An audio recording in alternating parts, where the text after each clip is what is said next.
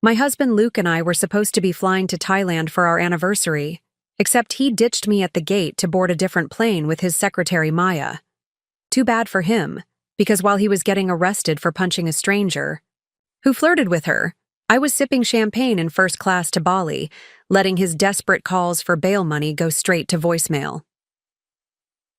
3 months. That's how long I'd been planning what was supposed to be the perfect 10th anniversary celebration. Not just any trip, a carefully orchestrated 2-week escape to Thailand that would remind us both why we fell in love in the first place. Before we jump back in, tell us where you're tuning in from, and if this story touches you, make sure you're subscribed, because tomorrow I've saved something extra special for you.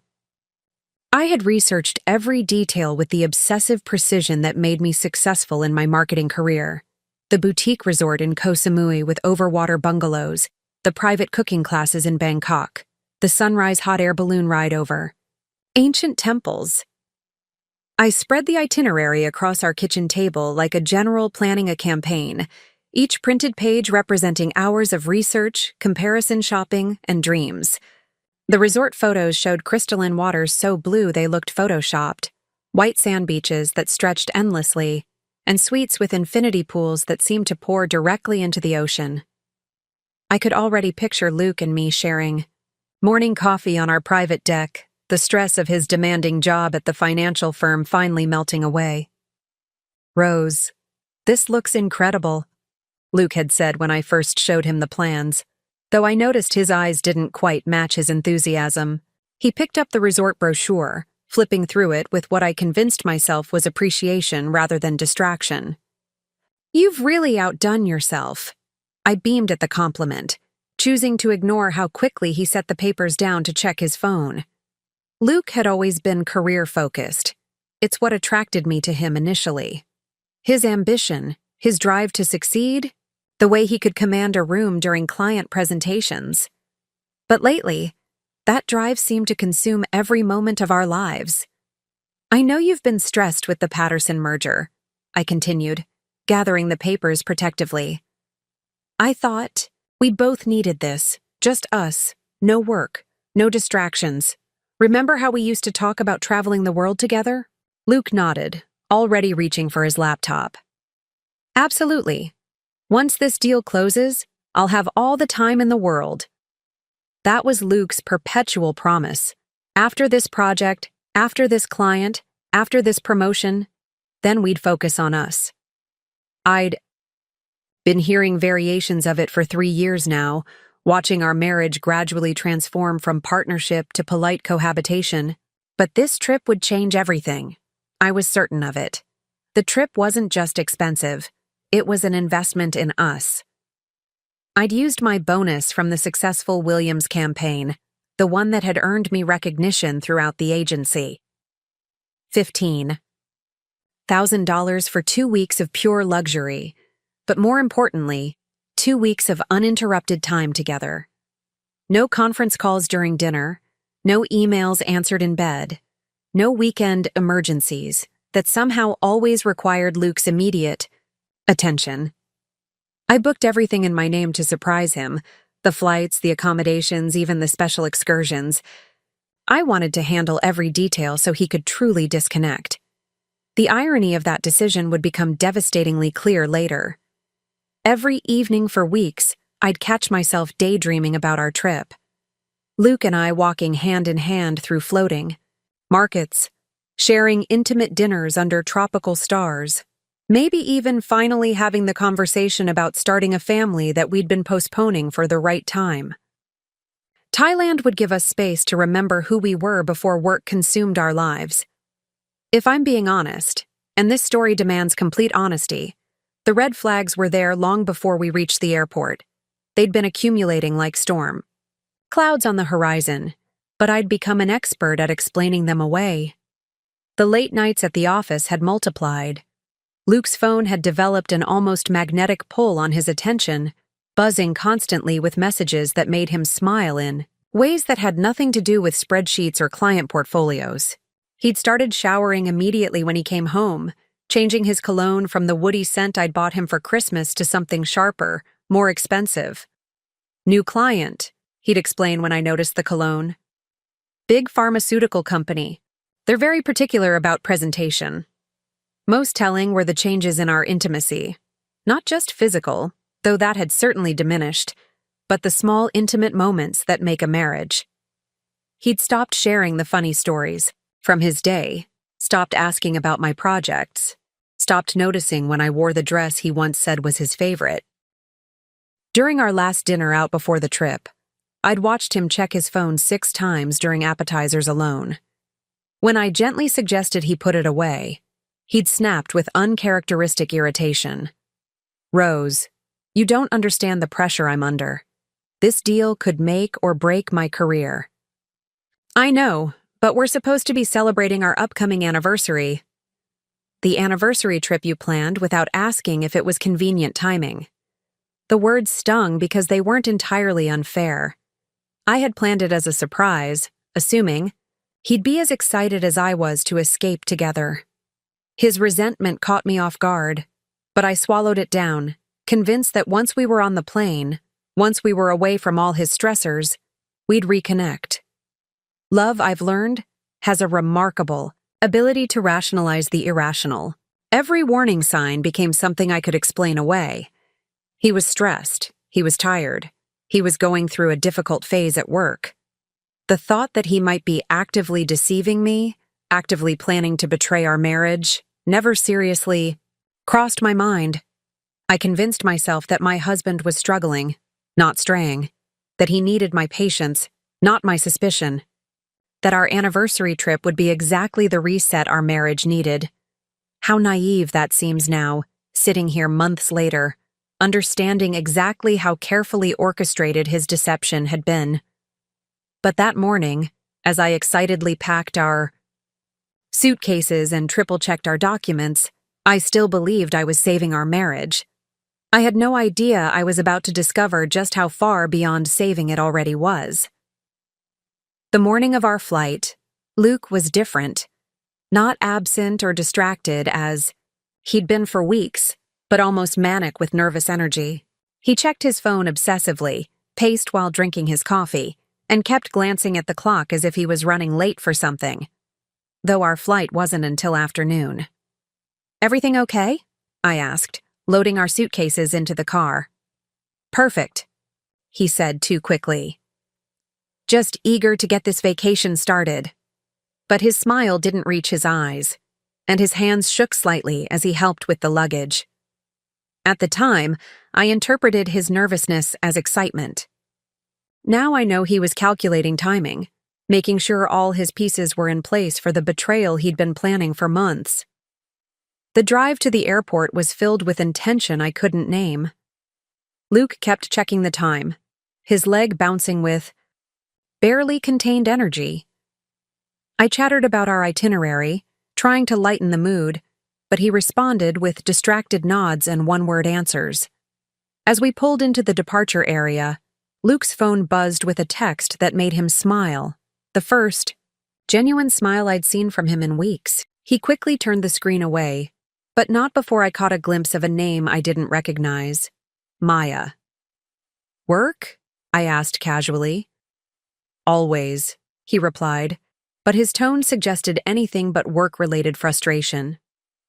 Within hours, I would understand exactly what that smile meant, and my carefully planned anniversary dream would become the starting point of the most devastating and empowering experience of my life. Looking back now, I realized the deception had been building for months, like a carefully constructed house of cards. Each lie was a foundation for the next, each excuse perfectly crafted to maintain the illusion that Luke was simply an overworked husband rather than an unfaithful one. The first major red flag should have been Maya herself. Luke had mentioned hiring a new secretary 3 months ago, describing her with an enthusiasm that seemed disproportionate for someone whose primary job was scheduling appointments and answering phones. "She's incredibly efficient," he'd gushed, over dinner one evening. "Really understands the business, asks smart questions. She's going to be a huge asset to the team." I'd smiled supportively, genuinely happy that he'd found competent help. Preparing and narrating this story took us a lot of time, So if you are enjoying it, subscribe to our channel. It means a lot to us. Now back to the story. Luke had been struggling with his previous secretary, a woman in her 50s who treated modern technology like a foreign language. Maya, he explained, was fresh out of business school, eager to prove herself, and willing to work the long hours his demanding career required. What I didn't know then was that those long hours weren't spent in conference rooms reviewing client portfolios. They were spent in hotel bars, expensive restaurants, and eventually, each other's arms. The changes in Luke's behavior were so gradual that I adapted to each new normal without recognizing the pattern. It started with the overtime, staying late. At the office became his default rather than his exception. Weekend work sessions materialized out of nowhere, requiring his immediate attention and presence. The pharmaceutical merger is more complicated than we anticipated, he'd explain, kissing my forehead distractedly as he headed out on Saturday mornings. Maya's coming in to help me sort through the documentation. I'd watch him leave, noting how he'd started dressing better for these work sessions. Designer shirts instead of casual clothes, cologne applied with the same care he once reserved for our date nights. When I mentioned it, he had a ready explanation. Image matters in this business, Rose. You know that. Even weekend meetings require professionalism. The phone calls were another clear sign I chose to misinterpret. Luke had always been accessible to clients, but suddenly his phone became an extension of his body. It buzzed constantly with texts that made him smile secretively, calls that required privacy, and notifications that pulled his attention away from every conversation we attempted. During our movie nights, he'd excuse himself multiple times to take urgent calls in the other room. I'd hear him speaking in hushed, intimate tones that sounded nothing like his usual business voice. When I asked about it, he'd sigh with practiced frustration. Clients are demanding. They expect immediate responses regardless of the time. Accepted this explanation because I wanted to. Because questioning it would mean confronting the possibility that my marriage was dissolving while I sat obliviously in our living room, waiting for him to return from his mysterious phone calls. Perhaps, most devastating in retrospect was how Luke began treating our physical relationship like an obligation rather than an expression of love. Intimacy became scheduled, perfunctory, something to be completed and crossed off his mental checklist. He'd roll over immediately afterward, reaching for his phone to check messages. When I tried to cuddle or talk, he'd claim exhaustion, work stress, the need to prepare for early morning meetings. Our king-sized bed felt increasingly vast, with Luke maintaining careful distance even in sleep. The passionate man who once couldn't keep his hands off me had been replaced by someone who seemed to view physical contact as an inconvenience. I told myself it was temporary stress, that the demanding merger was affecting his libido. I convinced myself that our Thailand trip would rekindle the spark that was merely dormant, not dead. Luke's deception extended beyond our marriage into our social circle. He began declining invitations to gatherings with our friends, claiming work commitments or exhaustion. When we did attend events together, he seemed distracted, checking his phone constantly and leaving early. "I'm sorry," he'd tell our hosts, "but I have an early client call tomorrow." Our friends began commenting on his absence. Evelyn, my closest friend from college, mentioned it during one of our lunch dates. "Luke seems really stressed lately. Is everything okay with the merger?" I found myself making excuses for him, defending his absence and explaining his demanding schedule. I became complicit in maintaining the illusion, protecting both his reputation and my own denial. "You know how financial work is," I'd say with a forced laugh. "Client demands don't respect personal time." Luke had always managed our joint finances, claiming his background in financial services made him better equipped to handle investments and budgeting. I trusted him completely, rarely questioning expenditures or examining bank statements in detail. But even in my willful blindness, certain expenses caught my attention. Restaurant charges at establishments we'd never visited together. Hotel bills for business trips that seemed more frequent and expensive than necessary. Jewelry purchases that never resulted in gifts for me. When I asked about the jewelry charge, nearly $2,000 at a boutique I'd admired but never shopped at, Luke had a smooth explanation ready. Client appreciation gift. The pharmaceutical. CEO's wife. Maya suggested something elegant would make a good impression. Maya again. Her name was becoming increasingly frequent in his explanations, always in a professional context, always as a helpful colleague making suggestions or assisting with client relations. I should have recognized the pattern. I should have questioned why a secretary was involved in selecting expensive gifts for clients' wives. Instead, I admired Luke's thoughtfulness and attention to client relationships. What I now understand as the most sophisticated aspect of Luke's deception was his management of time and scheduling. He created an elaborate system of fictitious meetings, imaginary client demands, and fabricated business trips that allowed him and Maya to build a relationship while maintaining the appearance of professional necessity. The Peterson Group wants to meet tomorrow evening, he'd announce casually. Dinner meeting, probably late. Don't wait up. Or, Maya and I need to fly to Denver next week. The pharmaceutical company wants a face-to-face presentation of our preliminary findings. Each lie was documented with fake calendar entries, confirmation emails he'd show me briefly, and detailed stories about client interactions that never occurred. Luke's attention to detail in constructing this false reality was remarkable and devastating. In the weeks leading up to our Thailand trip, Luke's behavior reached peak inconsistency.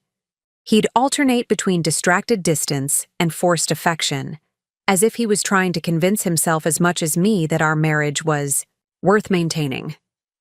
Some evenings he'd bring me flowers unexpectedly, cook dinner together, or suggest watching a movie. I interpreted these gestures as signs that our relationship was healing, that the stress of work was finally subsiding. Other nights, he'd come home late with perfume on his collar that wasn't mine, with unexplained scratches on his back, with the satisfied exhaustion of someone who'd been thoroughly loved, just not by his wife. The morning of our departure, as I loaded our suitcases and chattered excitedly about our itinerary, Luke's nervous energy reached a fever pitch. He kept glancing at his phone, checking the time, and smiling at messages I couldn't see. "Are you excited?" I asked as we drove to the airport. "Absolutely," he replied, but his eyes were focused on the road ahead rather than our conversation. "I can't wait to get away from everything." I thought he meant work stress. I thought he meant the demands of his career. I thought he meant the pressure of the merger. I had no idea he meant me. The terminal buzzed with the familiar symphony of travel.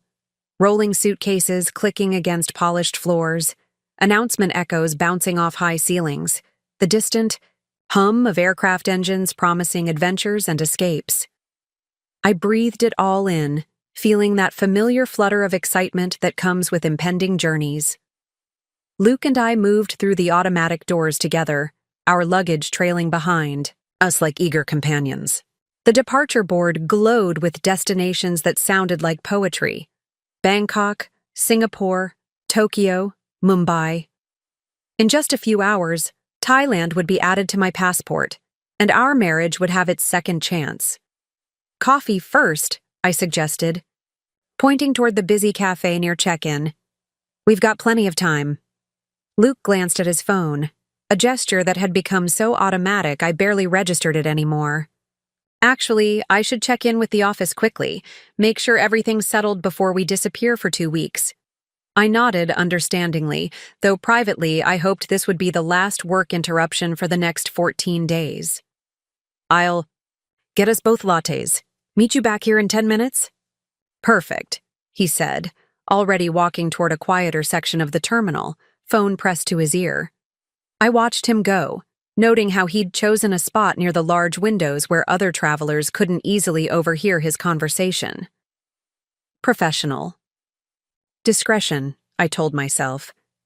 Luke had always been careful about discussing sensitive client information in public spaces. The coffee line moved with typical airport efficiency, which is to say, not at all.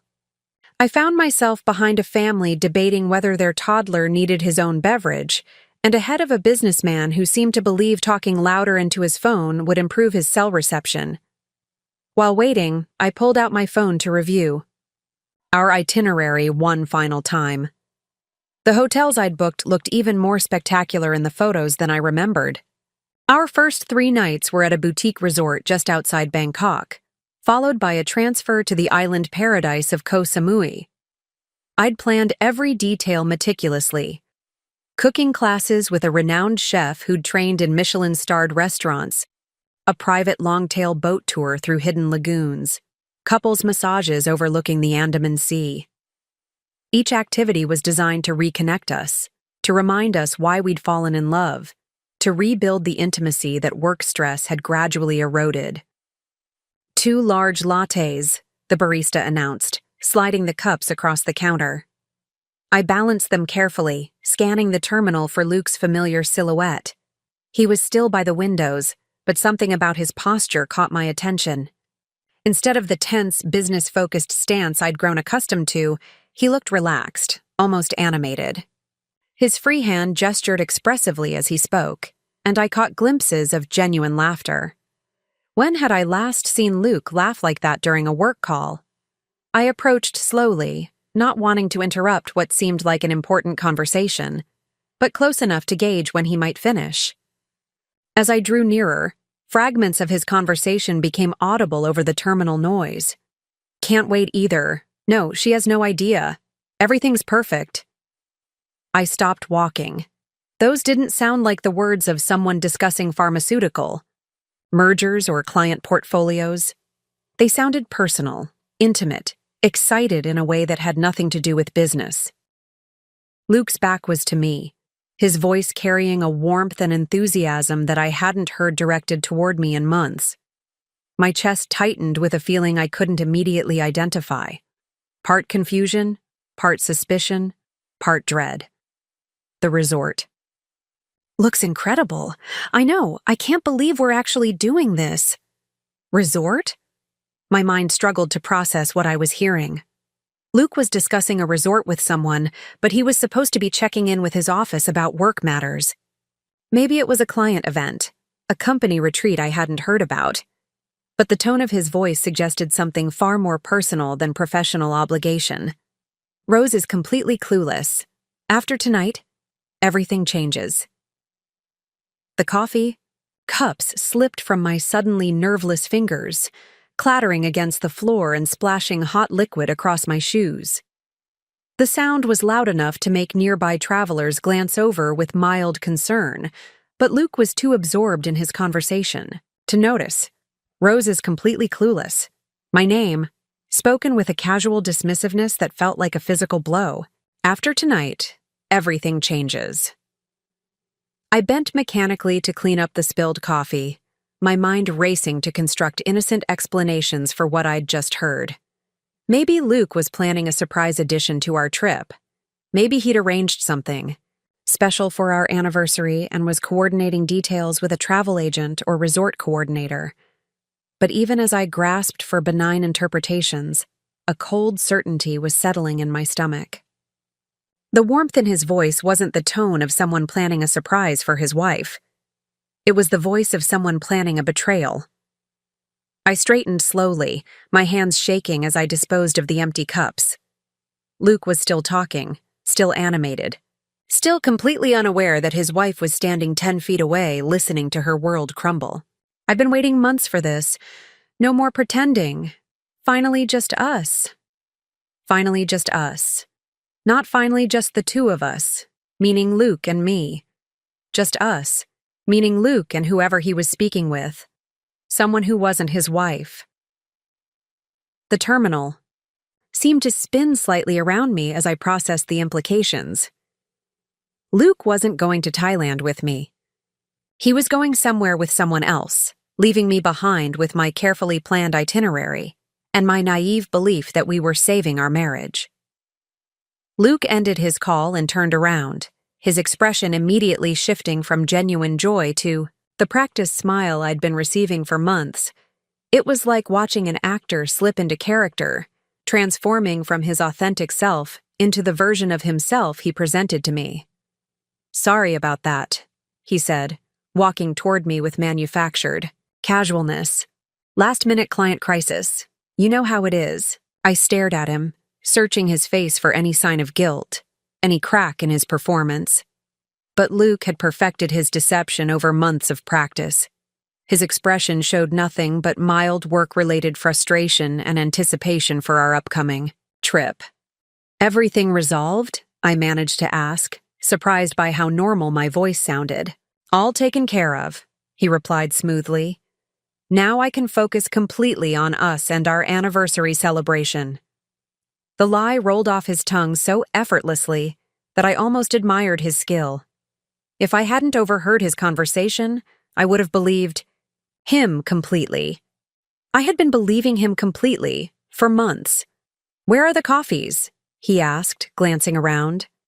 "I dropped them," I said truthfully. "Clumsy." Luke looked at my coffee-stained shoes and frowned with what appeared to be genuine concern. "Are you okay? You look pale." The irony of his solicitous tone, given what I'd just discovered, was almost laughable. He was asking about my well-being while actively planning to abandon me at an airport. "Just tired," I said, ready to get on the plane and start relaxing. "Absolutely," Luke agreed, checking his phone again. "Actually, I just realized I need to grab something from the duty-free shop. Travel-sized toiletries. Meet you at the gate?" Another lie, delivered with the same practiced ease. I nodded, not trusting my voice to remain steady if I spoke. Luke kissed my cheek, a quick, distracted peck that felt like a performance rather than affection, and headed toward the shopping area. I watched him walk away, noting how he immediately pulled out his phone again, probably to continue the conversation I'd interrupted. Standing alone in the busy terminal, surrounded by travelers excited about their destinations, I felt completely isolated. The man I'd loved for 11 years, married for 10, planned a dream vacation with for 3 months, was about to betray me in the most calculated, cruel way imaginable, and he had no idea that I knew. I had a choice to make, and I had to make it quickly. I could confront Luke immediately, demand explanations, cause a scene in the middle of the airport. I could follow him, gather more evidence, confirm what I already knew in my heart, or I could let events unfold, see exactly how far his deception extended, and plan my response accordingly. As I stood there, still tasting the bitter residue of spilled coffee, I felt something fundamental shifting inside me. The woman who had spent months making excuses for her husband's behavior, who had rationalized every red flag, who had planned an elaborate anniversary trip to save a marriage that was already dead, that woman was disappearing. In her place, something colder and infinitely more calculating was emerging. Luke thought I was clueless. He thought I would stand at this gate, waiting for him to return, completely unaware that he was about to board a different plane with another woman. He was about to discover exactly how wrong he was. I didn't follow Luke immediately. Instead, I positioned myself strategically near a magazine stand with a clear view of the duty-free area, pretending to browse travel guides while keeping one eye on my husband's movements. My marketing background had taught me the value of observation before action, understanding your target audience before crafting your message. Luke wasn't shopping for toiletries. He was pacing near the electronics section, phone pressed to his ear, that same animated expression I'd witnessed earlier. Even from a distance, I could see the relaxed slope of his shoulders, the easy smile, the gestures of someone completely comfortable in their deception. A family with young children passed between us, momentarily blocking my view. When they moved on, Luke had disappeared. Panic fluttered in my chest, not because I was afraid of losing him, but because I needed to know the full extent of his betrayal before I could plan my response. I moved through the duty-free section, Systematically, checking each aisle like a detective following leads. I found him in the perfume section, but he wasn't alone. She was exactly what I'd expected, and nothing like I'd imagined simultaneously. Maya stood with her back to me, her long black hair cascading over a designer jacket that probably cost more than my monthly salary. Even in heels, she barely reached Luke's shoulder, and he had bent down to whisper something in her ear that made her laugh, a sound like silver bells that carried across the busy shop. Maya turned slightly, and I caught my first glimpse of her profile. She was beautiful in an obvious way, sharp cheekbones, full lips, the kind of polished perfection that suggested regular spa appointments and professional styling. She looked young, probably mid-20s, with the confident bearing of someone who had always been told she was special. Luke's hand rested possessively on the small of her back as they examined a display of expensive fragrances. They moved together with the easy familiarity of an established couple, finishing each other's sentences, sharing inside jokes, completely absorbed in each other's presence. This wasn't a new relationship. This wasn't a moment of weakness or a recent mistake. This was a full-blown affair, complete with public displays of affection and shared intimate moments. "What do you think of this one?" Maya asked, holding up a bottle toward Luke. "Perfect," he replied, but his eyes weren't on the perfume. They were on her face, drinking in her features with an expression of adoration that I hadn't seen directed at me in years. My stomach twisted violently as I watched my husband look at another woman the way he used to look at me, the way I'd convinced. Myself, he still looked at me. If only I could recapture his attention, rekindle our romance, save our marriage. I forced myself to move closer, using a display of duty-free alcohol as cover. Their conversation drifted toward me in fragments that pieced together a devastating picture. "Can't believe we're actually doing this," Maya was saying, her voice breathy with excitement. "I keep thinking Rose is going to figure it out somehow." Luke chuckled, a sound that should have been reassuring coming from my husband, but instead felt like a knife twisting in my chest. "Rose is completely oblivious. She's been planning this anniversary trip for months, convinced it's going to fix our marriage. She has no idea I've been planning our escape the entire time." Our escape. The words hit me like a physical blow. While I'd been researching romantic restaurants and couples activities, Luke had been planning to leave me stranded at an airport so he could run away with his secretary. "I feel a little bad for her," Maya said, though her tone suggested otherwise. "She seems so invested in making things work." "That's Rose for you," Luke replied with casual cruelty, always trying to fix things that can't be fixed.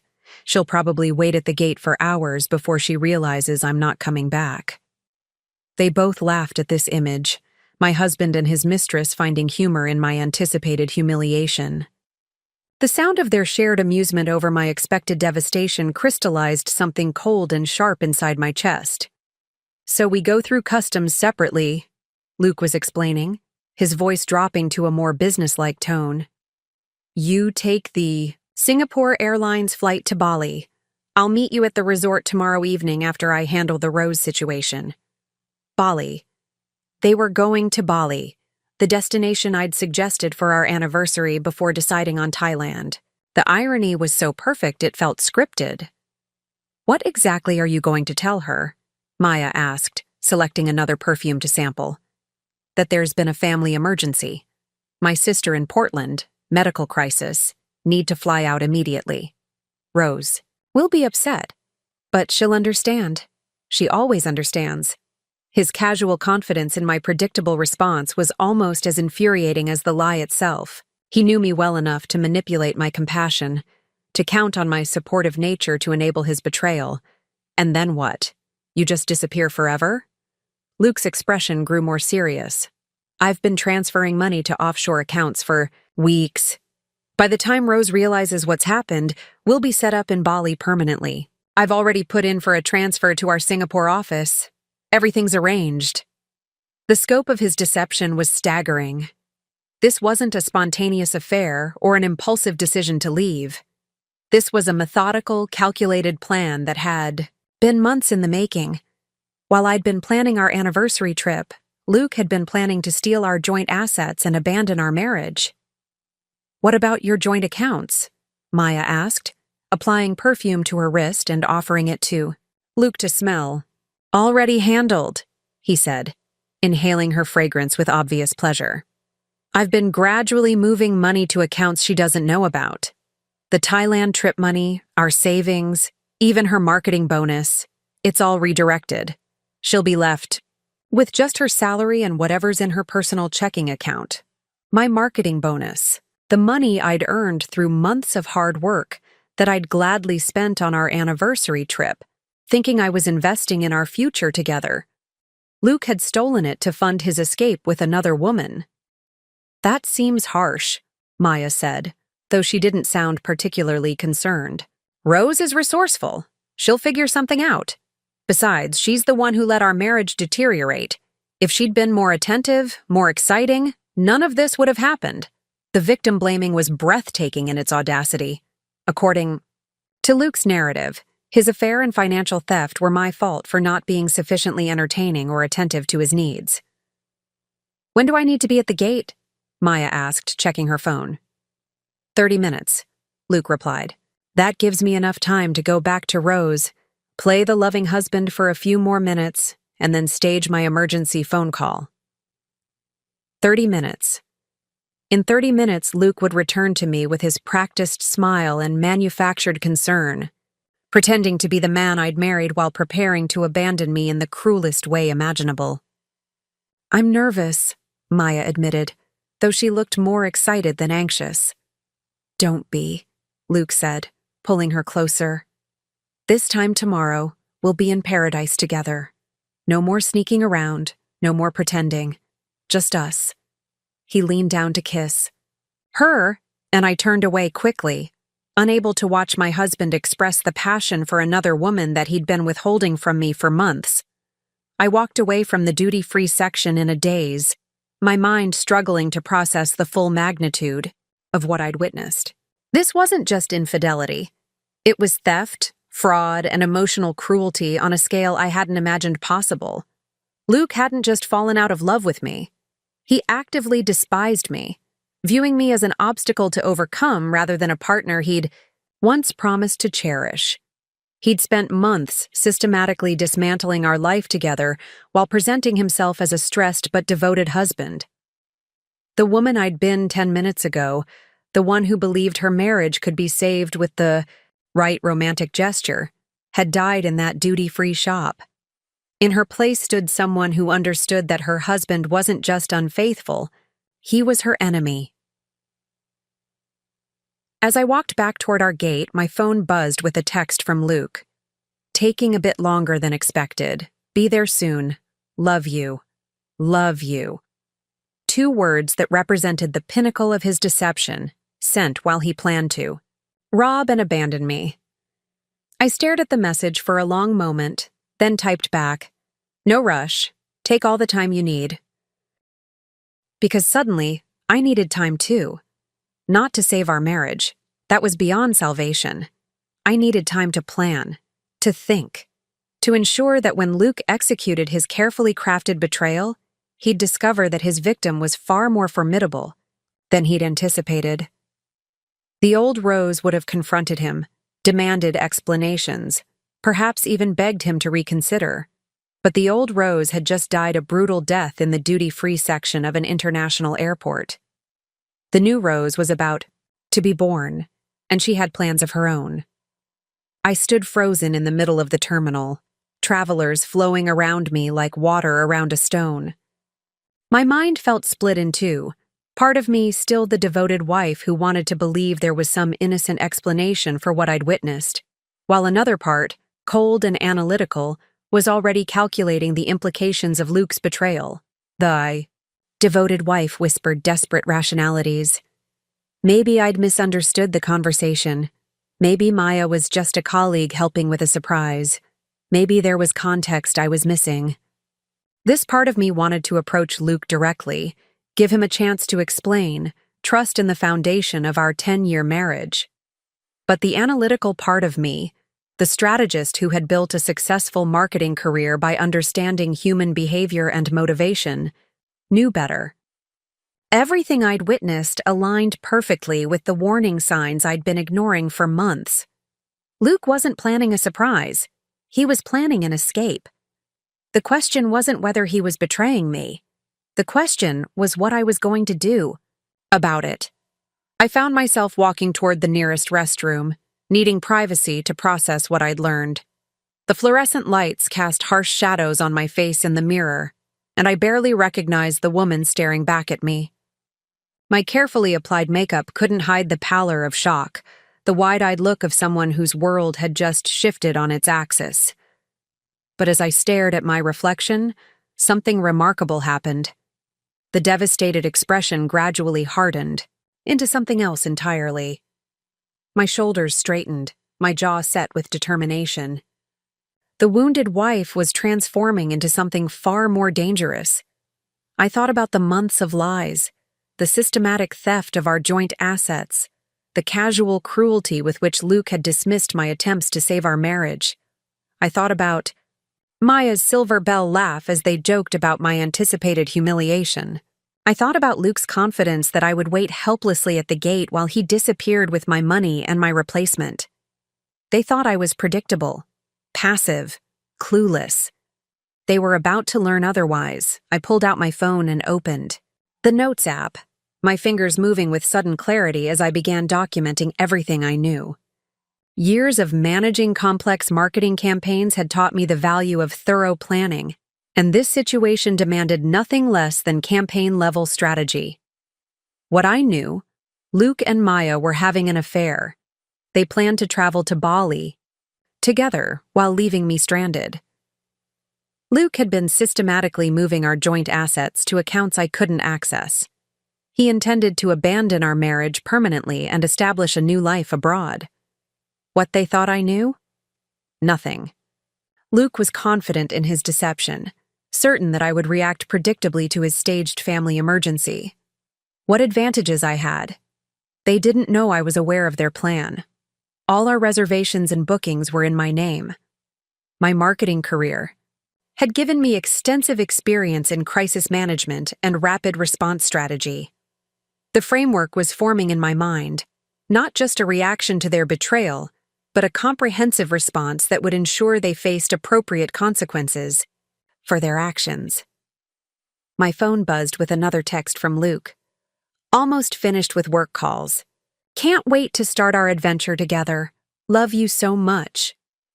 The calculated manipulation in those words, the false enthusiasm, the hollow declaration of love, crystallized my resolve. Luke thought he could continue his performance right up until the moment he abandoned me.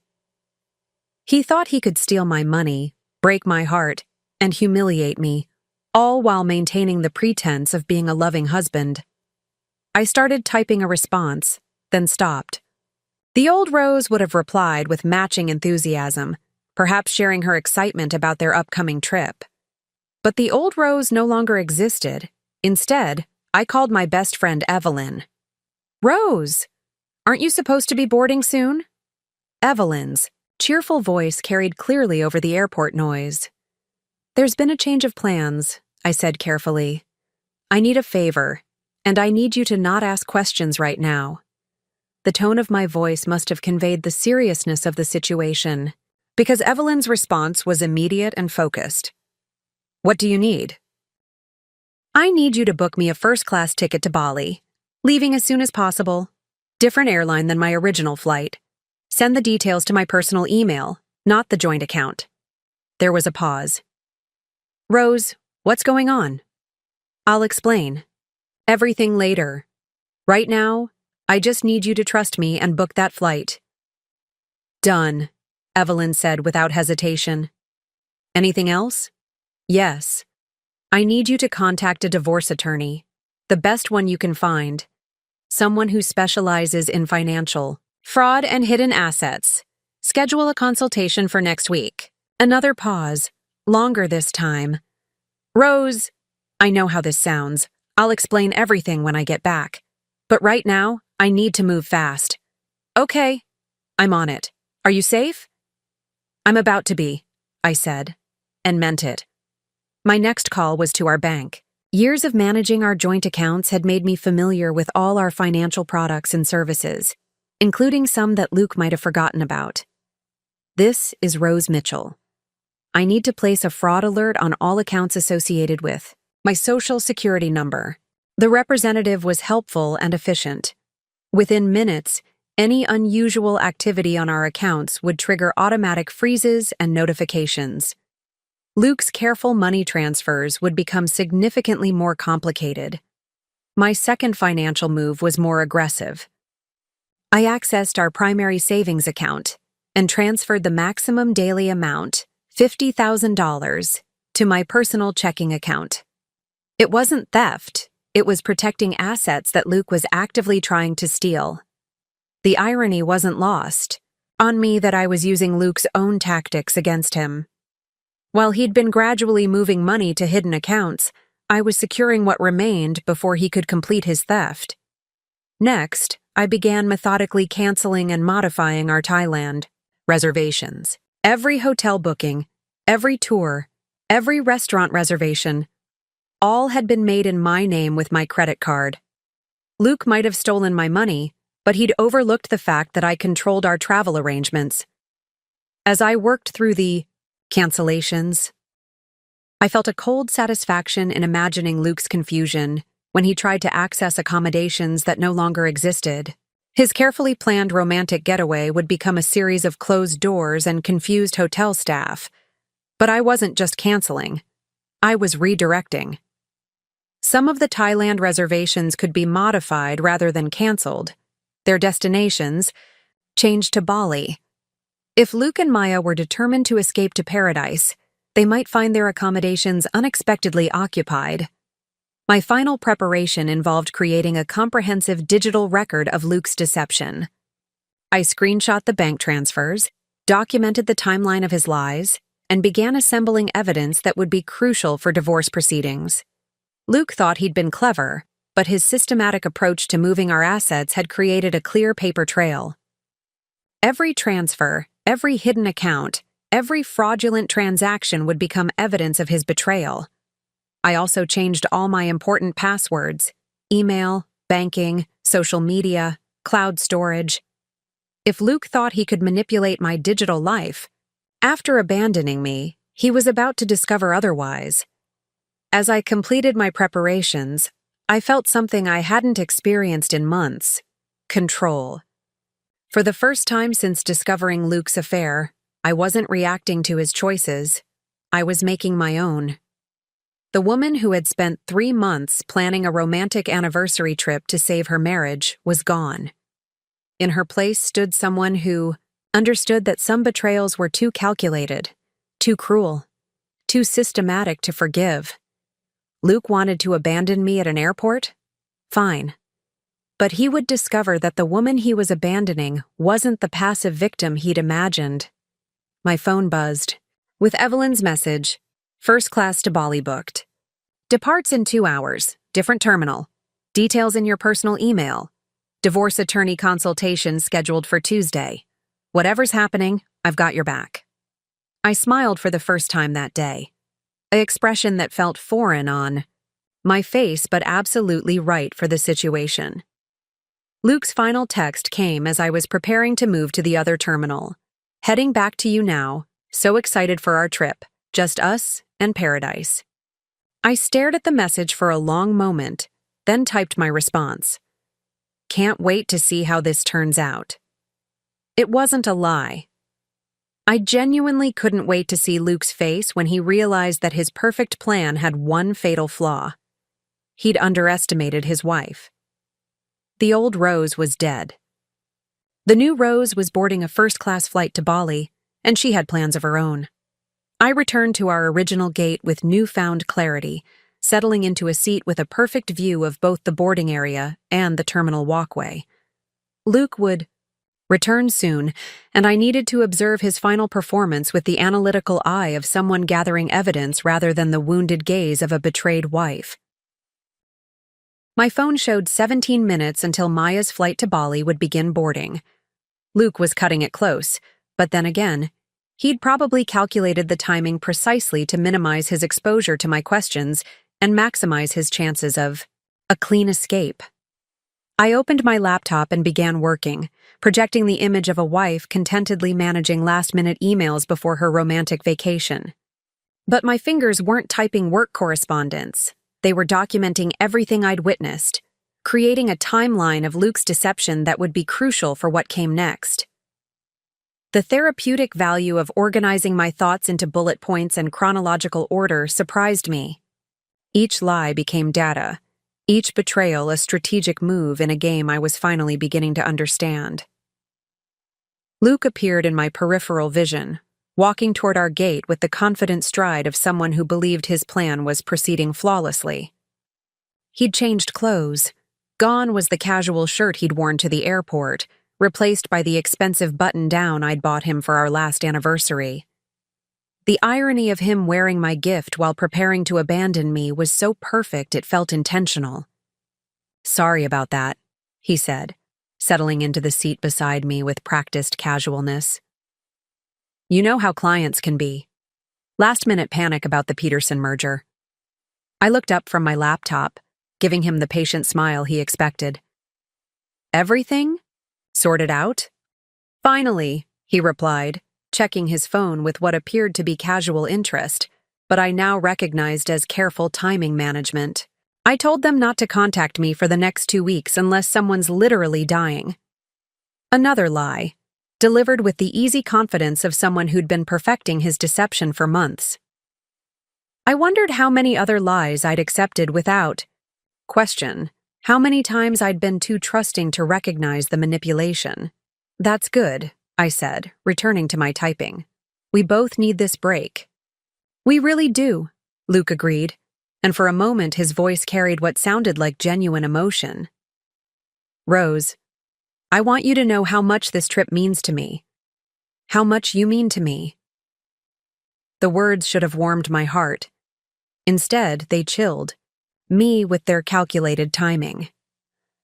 Luke was delivering his final performance as the loving husband, creating one last memory of devotion before disappearing forever. Luke's phone rang with perfect timing, so perfect I wondered if he'd set an alarm to trigger the call. He glanced at the screen with manufactured surprise before answering. "Hello? Patricia?" His voice immediately shifted to concern. "What's wrong?" I watched his face cycle through expressions of shock, worry, and determination with the practiced ease of someone who'd rehearsed this moment. His free hand ran through his hair, a gesture I'd always associated with genuine stress but now recognized as theatrical. "When did this happen? Is she conscious? What are the doctors saying?" The one-sided conversation continued for several minutes, Luke asking urgent questions about his fictional sister's fictional medical emergency. I found myself almost admiring his commitment to the performance, the way he maintained perfect eye contact with me while delivering each calculated lie. "I'll be on the next flight," he said finally. "Tell her I'm coming." He ended the call and turned to me with an expression of devastated regret that would have been convincing if I hadn't known the truth. "Rose, I'm so sorry. Patricia's in the hospital. Some kind of accident. She's in critical condition, and they don't know if she's going to make it." I set down my laptop, giving him my full attention. "Oh my God, Luke, what happened?" "Car accident. She's unconscious, and the doctors are saying the next 24 hours are crucial." His voice broke slightly, a masterful touch. "I have to go to Portland immediately." "Of course you do," I said, reaching for his hand with what I hoped looked like supportive understanding. "Family comes first. The trip can wait." The relief that flashed across his features was so brief I almost missed it. He'd been prepared for arguments, tears, attempts to convince him to stay or to come with him. My immediate acceptance of his fictional emergency clearly exceeded his expectations. I feel terrible about this, Luke continued, squeezing my hand with false emotion. I know how much you were looking forward to Thailand, how much work you put into planning everything. Don't you dare feel guilty about a family emergency, I replied firmly. Patricia needs you. I'll just reschedule everything for when she's better. You're incredible, he said, leaning over to kiss my forehead. I don't deserve you.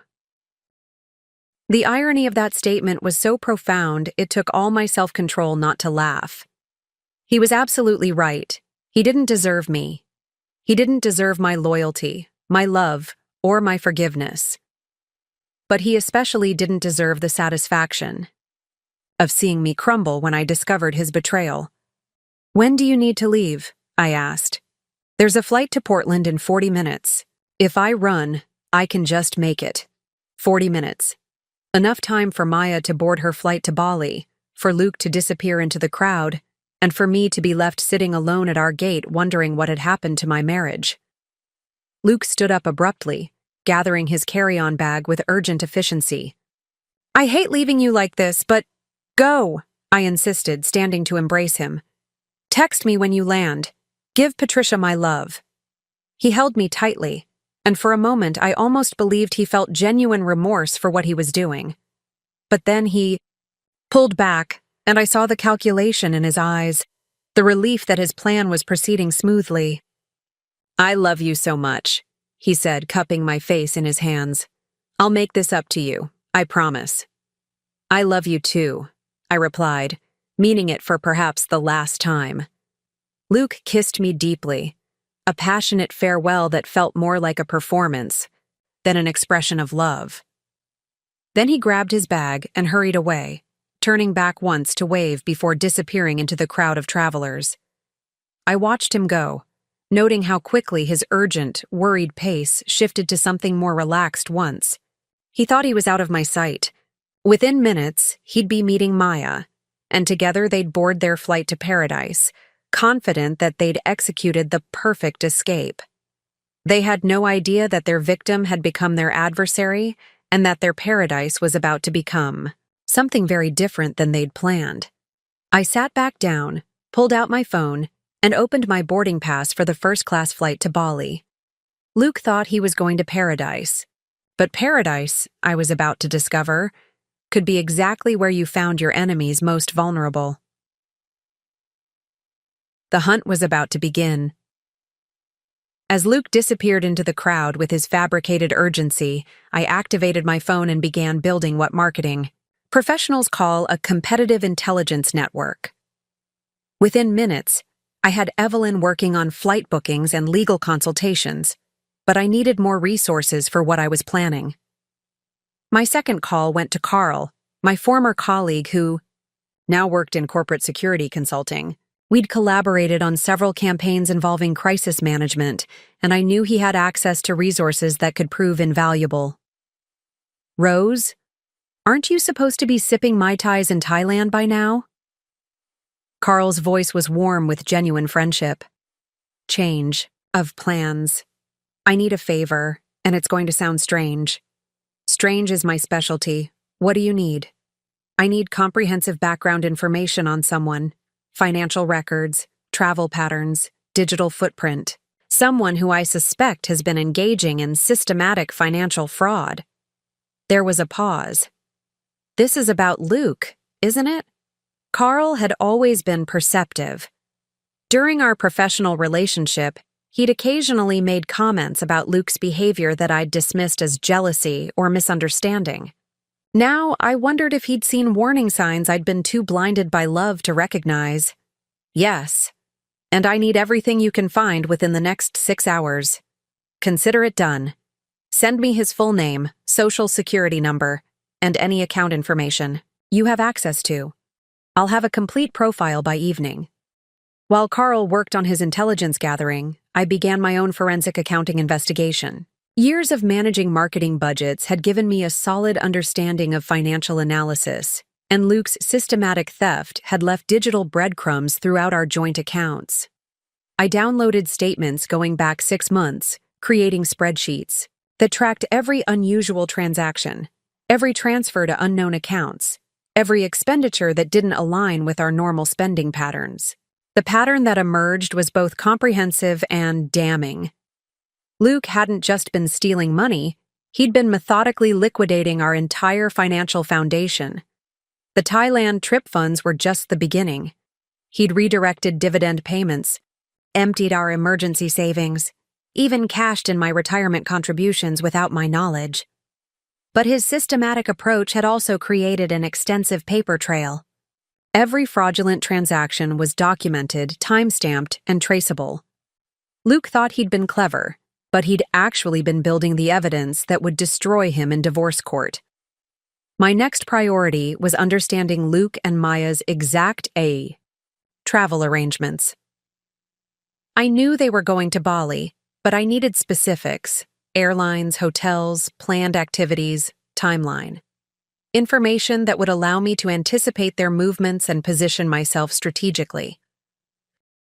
I started with social media archaeology. Maya's Instagram account was public, and like most people her age, she documented her life extensively online.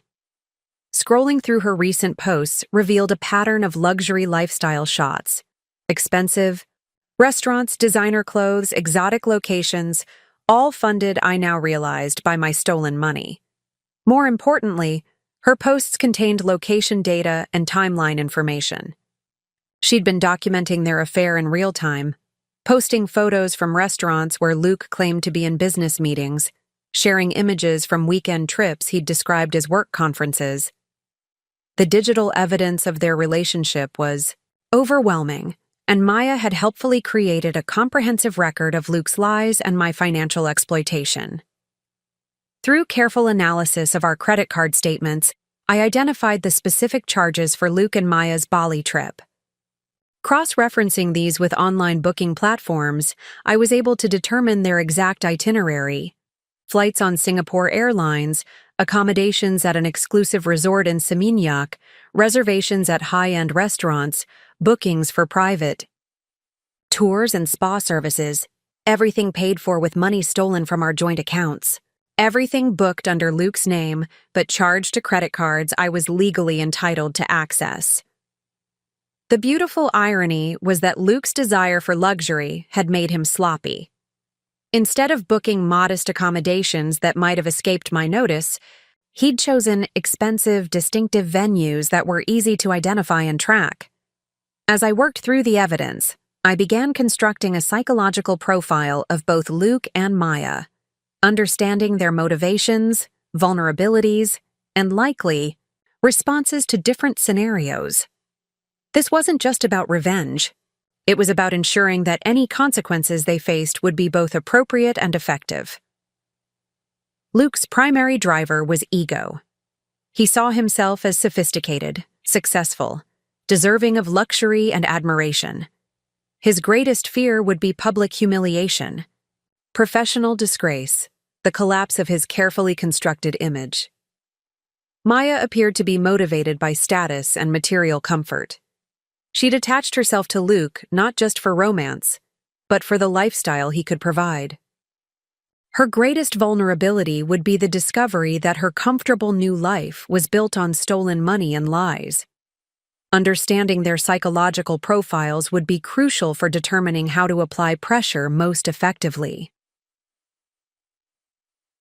My marketing background had made me proficient with various digital tools and platforms, skills that were about to prove invaluable.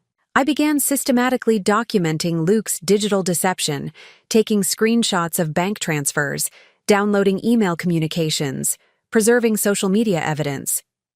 But I also went on the offensive. I changed our shared passwords, secured our joint accounts, and began the process of separating our digital lives. Luke thought he could steal my money and disappear, but he'd overlooked the fact that I controlled most of our shared digital infrastructure. I also set up monitoring systems that would alert me to any attempts Luke made to access our accounts or modify our arrangements. If he tried to make additional transfers or bookings, I would know immediately. One advantage I possessed that Luke had underestimated was my professional network. Years of marketing work had connected me with people in travel, hospitality, finance, and media, connections that could prove valuable for someone planning comprehensive consequences for systematic betrayal. I reached out to contacts in the travel industry, explaining that I needed to track and potentially modify reservations made with fraudulent funds. The response was immediate and supportive. Financial fraud in travel bookings was a serious issue that professionals took seriously. Similarly, my connections in finance were able to provide guidance on asset protection and recovery strategies. Luke thought he'd been clever moving money to hidden accounts, but he'd underestimated the resources available to someone with legitimate legal standing and professional connections. As I worked through my planning, I was constantly aware of timing. Luke and Maya's flight to Bali would depart in less than 2 hours. My own first-class flight would leave shortly after. I had a narrow window to set everything in motion before we all converged in paradise. But timing would also be crucial for maximum impact. I needed to ensure that Luke's downfall occurred at moments of maximum vulnerability, when he was relaxed and confident, believing his plan had succeeded perfectly. The preliminary work was nearly complete. Evidence gathered, resources mobilized, strategy developed. Luke thought he was escaping to paradise with his stolen money and replacement wife. Instead, he was walking into the most comprehensive dismantling of his life that I could possibly orchestrate. Paradise, I was about to prove, could be exactly the wrong place to be when your victims decided to fight back. With Luke's performance complete and his emergency departure executed, I had approximately 90 minutes before my own flight to Bali.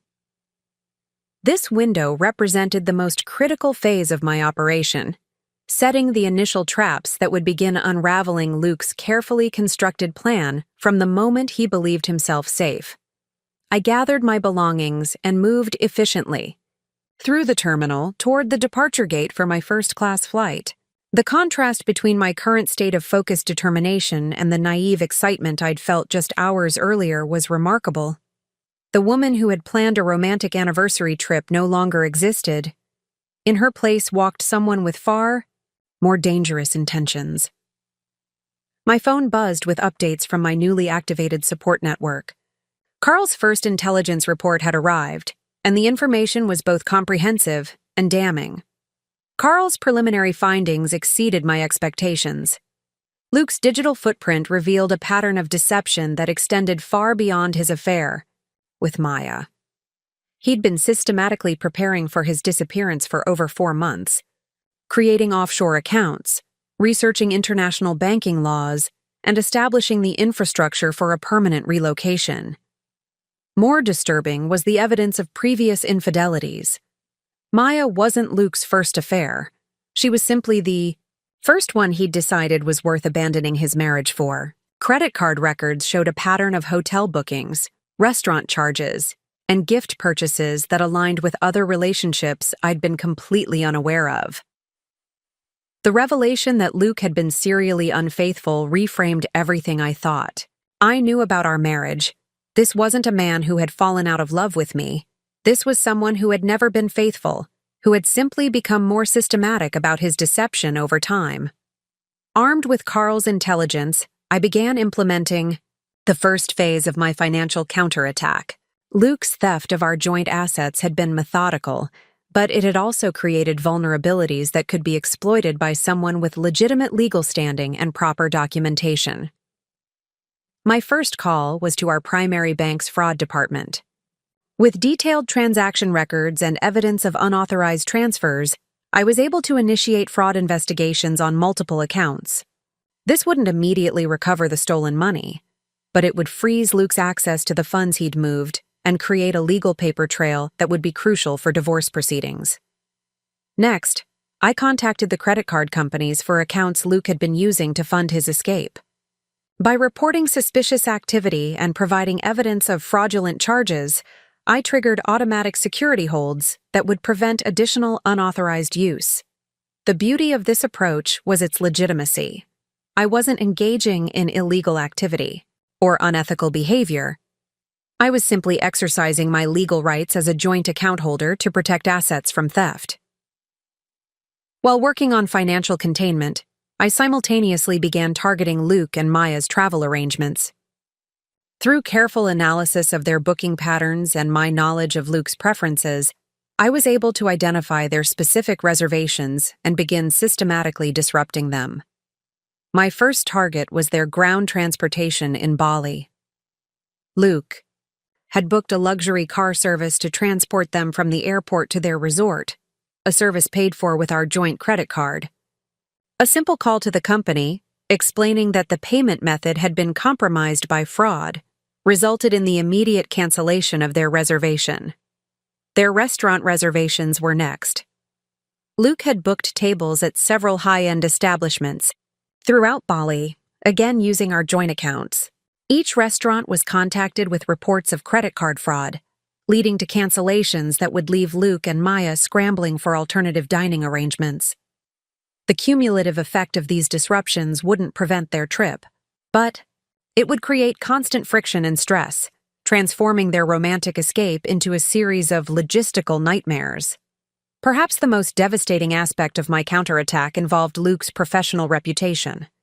Carl's research had revealed that Luke's affair with Maya violated multiple company policies, particularly regarding relationships between supervisors and subordinates, use of company resources for personal activities, and conflicts of interest. In financial management, I compiled a comprehensive dossier documenting Luke's professional misconduct, including evidence of company credit cards used for personal entertainment, business trips that were actually romantic getaways, and falsified expense reports covering his affair-related activities. This information was carefully packaged and sent anonymously to Luke's supervisor, the company's HR department, and the compliance officer responsible for investigating financial irregularities. The timing was crucial. Luke would receive these professional consequences while he was in Bali, believing himself safely beyond reach of workplace repercussions. Maya's extensive social media presence provided an unexpected opportunity for psychological warfare. Her Instagram account contained numerous photos and posts documenting their affair, many taken in locations Luke had claimed to be attending business meetings. I created anonymous accounts on multiple platforms and began systematically documenting Maya's posts with comments that highlighted the timeline of their relationship. Nothing threatening or abusive, simply factual observations that would make it impossible for either of them to maintain the fiction that their relationship was new or innocent. More importantly, I began sharing Maya's posts with wives and girlfriends of Luke's colleagues, letting them draw their own conclusions about the timeline and nature of the affair. Social pressure and professional gossip would create consequences that extended far beyond any legal proceedings. While disrupting Luke and Maya's arrangements, I simultaneously began positioning myself to occupy the spaces they thought they'd reserved exclusively. Using the same booking platforms and leveraging my legitimate access to the accounts they'd used fraudulently, I began making my own reservations at the same venues. Their romantic dinner for two at the exclusive beachfront restaurant? I booked the table next to theirs for the same evening. Their couple's spa treatment? I scheduled my own appointment immediately following theirs. Their sunset cruise for lovers? I would be on the same boat. The psychological impact of these encounters would be devastating. Instead of enjoying their romantic escape in private, Luke and Maya would find themselves constantly confronted by the woman they'd betrayed, a living reminder of the consequences of their actions. Throughout all these activities, I maintained meticulous documentation of every action I took, every conversation I had, and every piece of evidence I gathered. This wasn't just about immediate consequences. It was about building an unassailable legal case for the divorce proceedings that would follow. Luke thought he'd been clever covering his tracks, but his systematic approach to theft and deception had created an extensive evidence trail. Every fraudulent transaction, every lie told to cover his affair, every attempt to hide assets would become ammunition in the legal battle ahead. As my boarding time approached, I felt a sense of calm satisfaction. That surprised me. The woman who had discovered her husband's betrayal just hours earlier had been devastated and reactive. The woman preparing to board a first-class flight to Bali was strategic, methodical, and in complete control. Luke and Maya thought they were escaping to paradise.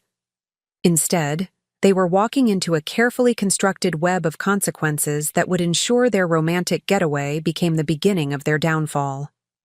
The first phase of their destruction was already in motion. By the time they landed in Bali, their carefully planned escape would be unraveling in ways they couldn't anticipate or prevent. Paradise was about to become exactly the wrong place to be when your victims decided to fight back. The first class cabin of my flight to Bali felt like a war room disguised as luxury. While other passengers settled in with champagne and anticipation of tropical vacations, I transformed my spacious seat into a command center, laptop open, phone charging, documents organized with military precision. The flight attendant, a gracious woman named Layla, noticed my intense focus. "Working vacation?" she asked with a knowing smile. "Something like that," I replied, accepting the offered champagne while never taking my eyes off the screen. "Just tying up some loose ends before I can truly relax." If only she knew how accurate that statement was. The loose ends I was tying up would ensure that Luke and Maya's romantic escape became the most expensive mistake of their lives. At cruising altitude, I activated the aircraft's premium Wi-Fi and began implementing the most sophisticated phase of my operation. Using techniques I'd learned from crisis management campaigns, I established multiple monitoring systems to track Luke and Maya's movements in real time.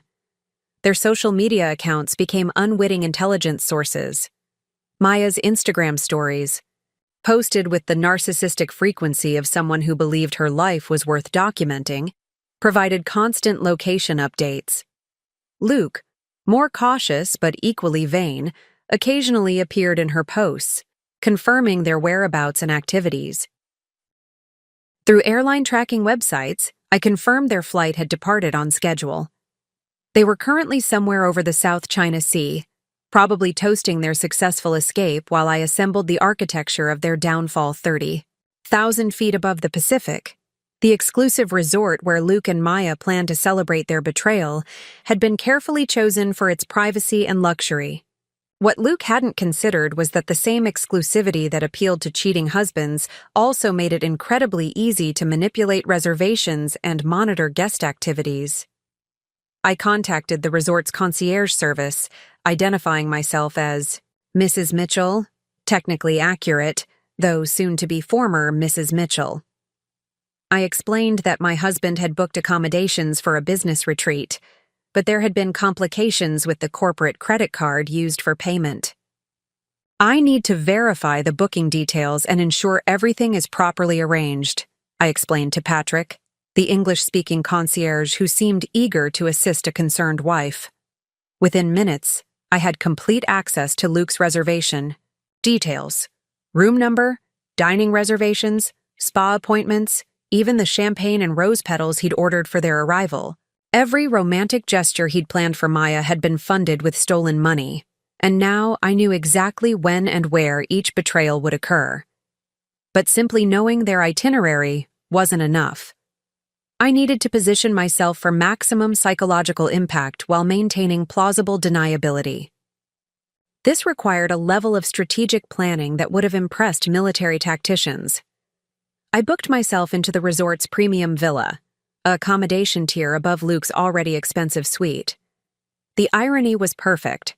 While he celebrated stealing my money, I would be living in superior luxury just steps away from their location. More importantly, I arranged for strategic positioning throughout their stay. The romantic dinner he'd planned for their first night? I booked the adjacent table for a solo business dinner. The couple's massage appointment?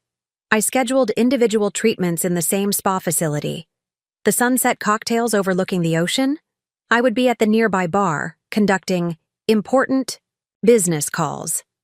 Every romantic moment Luke had planned would be witnessed by the woman he'd betrayed, creating a psychological pressure that would transform their paradise into a psychological prison, while establishing my physical surveillance.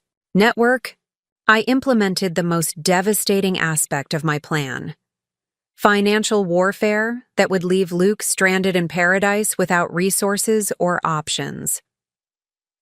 The credit cards funding their romantic getaway were joint accounts that I had legitimate authority to monitor and restrict. Through carefully timed fraud alerts and security holds, I could control exactly when and where Luke's payment methods would fail. Imagine his humiliation when their romantic dinner check was declined. Picture Maya's confusion when the spa treatments couldn't be charged to their room. Consider the psychological impact when Luke discovered that his escape fund had been frozen by the very financial institutions he thought he'd outsmarted. The beauty of this approach was its legitimacy. I wasn't engaging in illegal activity. I was exercising my legal rights as a joint account holder to protect assets from fraudulent use. Luke's confidence in his escape plan had made him sloppy about communication security. Through our shared cloud storage and family phone plan, I had access to monitoring capabilities that would allow me to intercept his communications in real time.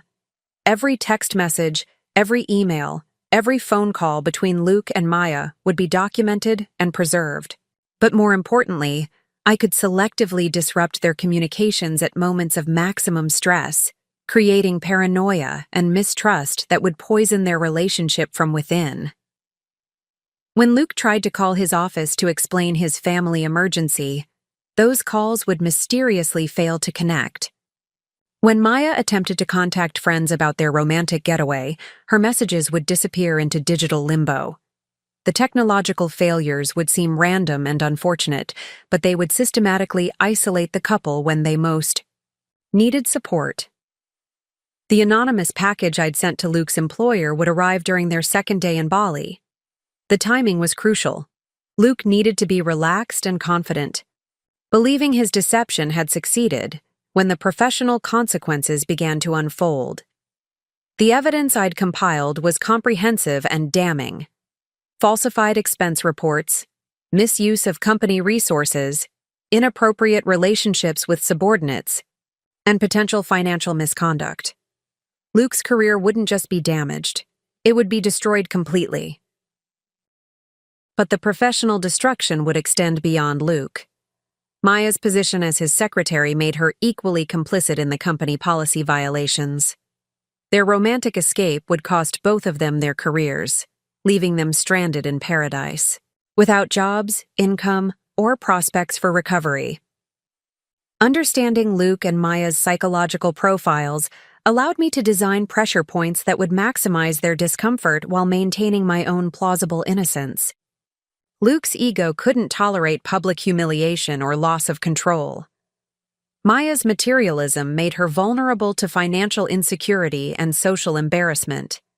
By appearing at their romantic venues as a confident, successful woman conducting important business, I would challenge Luke's narrative that I was a passive victim he could discard without consequences. My presence would force him to confront the reality that his actions had consequences, that his victim had agency, and that his carefully constructed fantasy was built on stolen foundations. For Maya, witnessing the woman she'd helped betray appearing, wealthy, confident, and apparently thriving, would shatter her justifications for the affair. She'd chosen Luke partly because he represented security and success. Seeing me flourishing while their own situation deteriorated would force her to question whether she'd chosen the winning side. As our flight began its descent into Bali, I felt a sense of anticipation that had nothing to do with tropical vacation. Excitement. Luke and Maya's flight would land approximately 2 hours after mine, giving me time to establish my position and ensure that their arrival would be met with carefully orchestrated complications. Their luxury car service had been canceled due to credit card fraud. Their VIP airport assistants had been mysteriously reassigned. Their expedited customs processing had been flagged for additional security screening. Every convenience Luke had paid for with stolen money would evaporate, leaving them to navigate the chaos of international arrival with growing frustration and confusion. Meanwhile, I would be settling into my villa, unpacking my carefully planned wardrobe, and preparing for the most satisfying performance of my life. Luke thought he was escaping to paradise with his perfect new life. Instead, he was walking into a carefully orchestrated demonstration of what happened when you underestimated the wrong woman. Paradise was about to become the stage for the most comprehensive revenge in romantic betrayal history. Bali's tropical air hit me with the warmth of possibility as I descended from my first-class cabin. The Ngurah Rai International Airport buzzed with the excitement of tourists beginning their Indonesian adventures. But I moved through the crowds with the focused purpose of someone on a mission far more complex than vacation relaxation.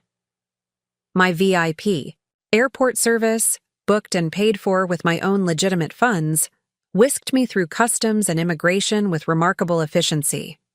Within 30 minutes of landing, I was settled in the back of a luxury sedan, watching the vibrant landscape of Bali scroll past while monitoring my phone for the first reports from the trap I'd set.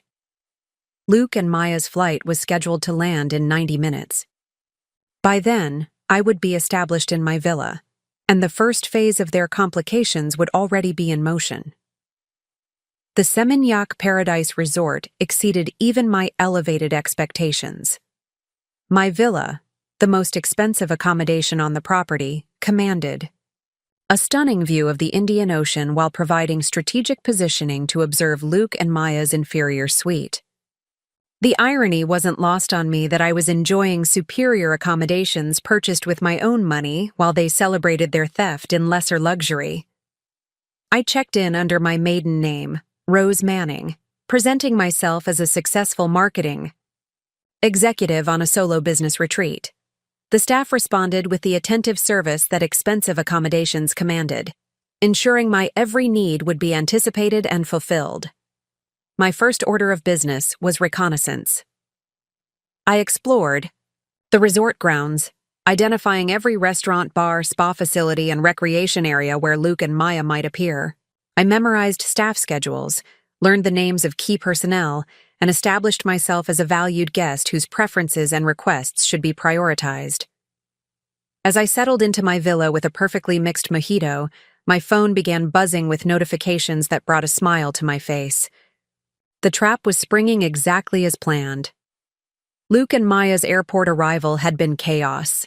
Their luxury car service, canceled due to credit card irregularities, had left them stranded in the arrival area, while lesser transportation options were negotiated. Maya's Instagram story, posted in real time, showed her frustration as they waited for a regular taxi instead of the VIP treatment Luke had promised. But the airport complications were just the beginning. Their resort check-in had been delayed due to payment verification issues, with the credit card used for booking. While these issues were ultimately resolved, I couldn't prevent their accommodation. Entirely without raising suspicions, the delays and complications had already begun the psychological erosion I'd carefully planned. My phone rang with an update from Carl, delivered with the satisfaction of someone who enjoyed seeing justice served. "The package arrived at Luke's office this morning," he reported. HR opened it within an hour, and by lunch, there was a formal investigation launched. I have a contact in their compliance department who says the evidence is so comprehensive that termination is essentially guaranteed. "What about Maya?" I asked, sipping my mojito while watching the sunset paint the sky in shades of revenge. Same fate. Apparently, the company has zero tolerance for supervisor-subordinate relationships that involve financial misconduct. They're both finished professionally. The timing was perfect. Luke and Maya were currently enjoying their first romantic dinner at the resort restaurant, completely unaware that their careers had just imploded 6,000 miles away. Tomorrow, they would begin receiving the phone calls and emails that would destroy their professional lives. As evening settled over Bali, the second wave of financial complications began hitting their vacation. The fraud alerts I'd triggered on their joint credit cards started activating, creating the payment failures I'd carefully orchestrated. Their romantic dinner at the resort's signature restaurant ended with embarrassment when Luke's primary credit card was declined. The backup card worked, barely, but the psychological impact was devastating.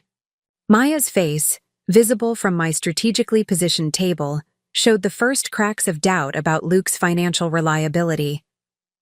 The spa appointments for the following day were automatically canceled due to payment failures. The private beach, cabana Luke had reserved for romantic sunset drinks, was released back to general availability. Each financial failure chipped away at the luxury experience he'd promised Maya, replacing romantic gestures with logistical stress. From my position at the resort, I could observe Luke and Maya's every move while remaining seemingly invisible. To them, they had no reason to suspect my presence. In their minds, I was back home, devastated and abandoned, probably crying into takeout containers while they lived their best life in paradise. Instead, I watched from the resort bar as Luke grew increasingly agitated with each payment failure. I observed from the pool area as Maya's enthusiastic social media posting gradually decreased in frequency. I documented from the beach as their romantic walks became tense conversations about money and logistics. The psychological pressure was building exactly as planned. Luke's confidence in his perfect escape was being systematically undermined by a series of failures he couldn't explain or control. As night fell, I implemented the communication interference phase of my operation. Through the shared phone plan and cloud services Luke had forgotten to modify, I began selectively disrupting their ability to contact the outside world.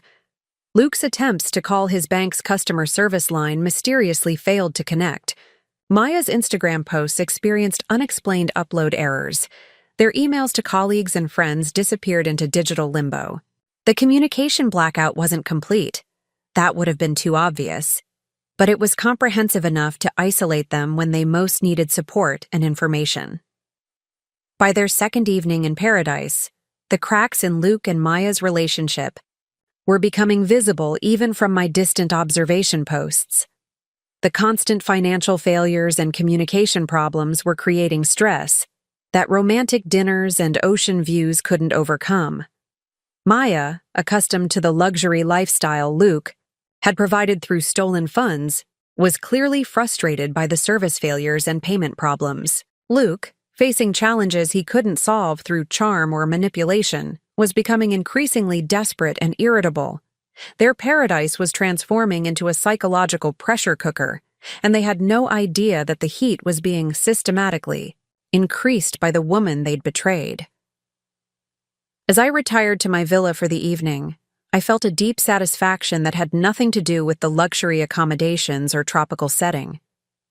Luke and Maya's romantic escape was becoming exactly what I'd intended, a carefully constructed nightmare disguised as paradise. Tomorrow would bring the phone calls about their terminated employment. The day after would see their financial resources further restricted. Each subsequent day would add new complications, new stresses, new cracks in their relationship. But the masterpiece was yet to come.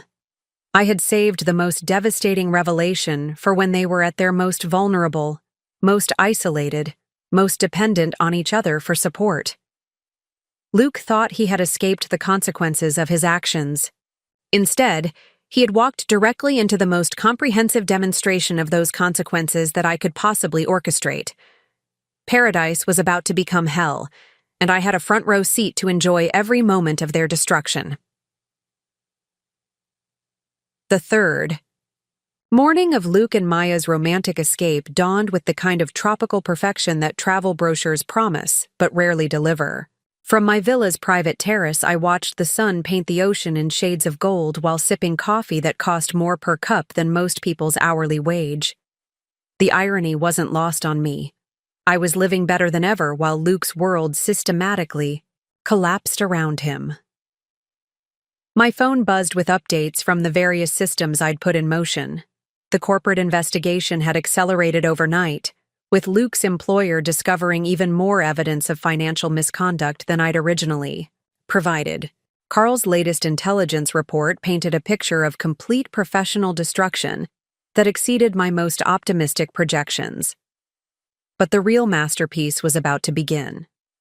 Luke's first indication that something was seriously wrong came at 7:23 a.m. Bali time when he received a conference call from his employer's HR department and legal counsel. I watched from my strategic position at the resort's breakfast pavilion as he took the call on the beach, his body language shifting from casual confidence to rigid tension within seconds. Through the communication monitoring systems I'd established, I could follow the conversation in real time. Luke's employer wasn't just terminating his employment, they were threatening criminal charges for embezzlement and fraud. The evidence was overwhelming, the legal implications severe, and the timeline immediate. What do you mean effective immediately? Luke's voice carried across the beach, his professional composure cracking under pressure. I'm on a business trip. I have client obligations. Maya, lounging nearby in a bikini that probably cost more than most people's rent, looked up from her phone with growing concern. She couldn't hear the specifics of the conversation, but Luke's increasingly desperate tone was impossible to ignore.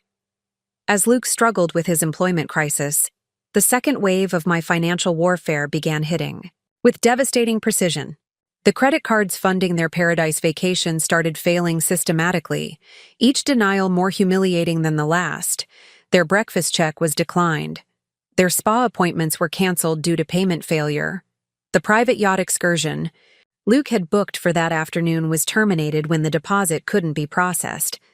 Each financial failure was carefully timed to maximize psychological impact while maintaining plausible deniability. From my observation post, I watched Maya's face cycle through confusion, embarrassment, and finally anger as the luxury lifestyle Luke had promised crumbled in real time. She'd attached herself to him for security and status. Instead, she was discovering that both were built on stolen foundations that were rapidly dissolving. The most devastating blow came when the resort's management requested an urgent meeting with Luke regarding irregularities with the guest account. I had anticipated this moment, positioning myself in the lobby lounge where I could observe the proceedings while appearing to conduct important business calls. Patrick, the concierge who had been so helpful during my reconnaissance, approached. Luke with the polite but firm demeanor of hospitality professionals delivering unwelcome news. Maya stood beside Luke, her designer cover-up unable to hide her growing anxiety about their deteriorating situation. Mr. Mitchell, we've received notification from your credit card company regarding potential fraudulent activity on your account, Patrick explained with practiced diplomacy. Until the matter is resolved, we'll need alternative payment arrangements for your continued stay. Luke's face went through a spectacular range of emotions: shock, denial, anger, and finally a desperate attempt to maintain control. There must be some mistake. I'll call my bank immediately and sort this out. But his bank calls weren't connecting. The customer service lines I'd been selectively disrupting continued to malfunction. His attempts to resolve the crisis were systematically blocked by the very communication failures I'd orchestrated. The financial and professional crises were creating exactly the relationship pressure I'd anticipated. Maya, discovering that her luxury vacation was funded by stolen money and that her lover was professionally destroyed, began questioning every aspect of their relationship. Luke, what's really going on? She demanded as they returned to their suite after the humiliating meeting with resort management. First your job, now the credit cards. You told me everything was arranged. I couldn't hear their private conversation, but their body language was eloquent. Luke gesticulated defensively while Maya crossed her arms in the universal posture of feminine skepticism. The romantic harmony they'd displayed during their first day was replaced by the tension of two people discovering they didn't trust each other. As if employment termination and financial failure weren't enough, Luke's legal problems were about to escalate dramatically. The anonymous tip I'd provided to the authorities about his offshore accounts had triggered an investigation that was now bearing fruit. His phone rang with a call from a legal office, not his lawyer, but a prosecutor's office investigating financial crimes. The conversation was brief but devastating. Luke was being advised that criminal charges were being considered, that he should retain legal counsel immediately, and that any international travel should be reported to the court. The timing was exquisite. Luke was trapped in paradise, cut off from his resources, facing criminal charges, and discovering that his romantic escape was actually a legal nightmare. But the most psychologically devastating aspect of my plan was yet to unfold. That evening, as Luke and Maya struggled with their mounting crises, Luke received the phone call that would complete his emotional destruction.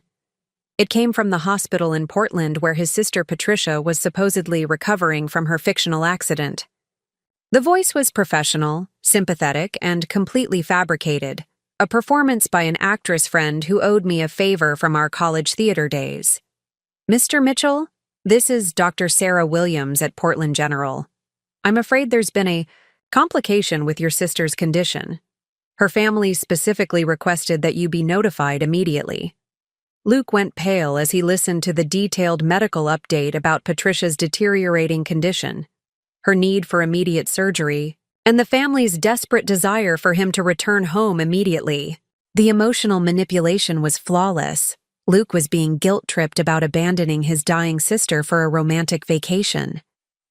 The beauty of the medical emergency was that it created an impossible choice for Luke. He could return home to face his legal and professional problems while dealing with family guilt, or he could stay in paradise with Maya while his sister supposedly died without him. Maya's reaction to the family crisis was telling. Instead of offering support or suggesting they return home together, she began calculating how his departure would affect her own situation. She'd come to Bali for luxury and romance, not to support a man through family tragedy and legal difficulties. "You have to go," she said, but her tone suggested relief rather than sacrifice. I'll stay here and try to sort out the resort situation." The relationship that had been built on stolen money and mutual selfishness was fracturing under the pressure of real consequences.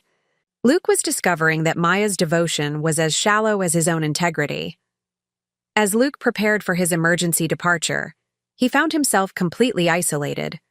His employer had terminated him, his finances were frozen, his family was in crisis, and his girlfriend was abandoning him to save herself. The escape he'd planned so carefully had become a trap more sophisticated than anything he could have imagined. From my villa, I watched Luke pack his belongings with the defeated movements of a man whose perfect plan had become his perfect destruction. Paradise had become exactly what I'd intended, the stage for the most comprehensive consequences his betrayal could possibly generate. Tomorrow, he would discover that even his escape route had been compromised. The real masterpiece of my revenge was yet to be revealed. At 3:47 a.m. Bali time, my phone rang with the call I'd been anticipating for days. Luke's name appeared on the screen, the same man who had abandoned me at an airport, stolen my money, and planned to disappear forever with his secretary. Now he was calling me from paradise, and his voice carried a desperation that was music to my ears. "Rose? Thank God you answered. I need your help." I let the silence stretch for several seconds, savoring the moment when the tables had completely turned. Here was Luke, the man who thought he'd outsmarted me, reduced to begging for assistance from the woman he'd betrayed. "Luke, it's almost 4 a.m. here. Where are you calling from? I thought you were dealing with Patricia's emergency in Portland." The lie caught him off guard. I could hear him struggling to maintain his fabricated story while desperately needing my help with his real crisis. Yes, I'm still dealing with family issues, but Rose, something terrible has happened. Someone has accessed our accounts. There are problems with my job, and I'm facing some kind of investigation. I think we've been the victims of identity theft." The audacity was breathtaking. Luke was trying to frame his own theft and deception as a crime committed against us both. He wanted me to believe that we were victims together, that I should help him escape the consequences of his own actions. "Oh my God, Luke, that's terrible," I responded with perfectly performed shock and concern. "What kind of investigation? Are you safe? I don't know. My company claims I've been embezzling money, but I've never stolen anything. The credit cards aren't working, and they're saying there are irregularities with our accounts. Rose, I need you to call our bank and sort this out. You have access to everything. I almost laughed at the irony. Luke was asking me to use my legitimate account access to bail him out of the consequences of his systematic theft. He wanted me to rescue him from the very trap I'd constructed around his crimes. This is so confusing, I said, injecting my voice, with the perfect amount of bewildered concern. Let me understand this. You're in Portland with Patricia, but somehow someone has been stealing money from our accounts and framing you for embezzlement? Exactly. Rose, you're the only person I can trust right now. Everyone else thinks I'm guilty of something I didn't do. This was the moment I'd been planning for, when Luke was at his most vulnerable, most desperate, most dependent on my help. When he truly understood what it felt like to be abandoned by someone you trusted. Luke, I said softly, I have a confession to make. What do you mean? I'm not at home. I'm actually in Bali right now. Beautiful place. I'm staying at the Seminyak Paradise Resort in the premium villa overlooking the ocean. It's really quite spectacular. The silence on the other end of the line was profound. I could practically hear Luke's mind struggling to process what I'd just revealed. You're in Bali? Yes. I've been watching you and Maya for the past 3 days. I saw you at dinner the first night. You looked so happy together. I watched Maya sunbathe by the pool yesterday while you dealt with your employment termination. I observed your fight this morning when the resort demanded payment for your room. That's impossible. How did I know about Bali? Luke, I heard your phone conversation at the airport. I know about Maya. I know about the stolen money. I know about your plan to abandon me and start a new life. I know everything. Rose, I can explain. No need for explanations, Luke. I've spent the last 3 days documenting your theft, your affair, and your fraud. I've reported everything to the appropriate authorities. Your professional destruction? That was me. Your frozen accounts? Also me. Your sister's medical emergency? That was an actress friend of mine. The sound Luke made was somewhere between a gasp and a sob. You orchestrated all of this? Every single consequence you're facing is the result of your own actions. I simply made sure you couldn't escape them. You wanted to abandon me at an airport and steal my money? Fine. But you severely underestimated who you were betraying. The beautiful irony, Luke, is that I'm living better than I ever have while your world burns around you.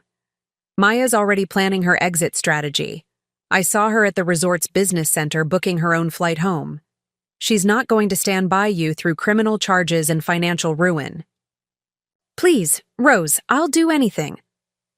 Actually, there is something you can do. You can experience exactly what you plan to put me through. You can be abandoned, broke, and humiliated in a foreign country with no resources and no support. Consider it a learning experience. I ended the call and immediately blocked his number.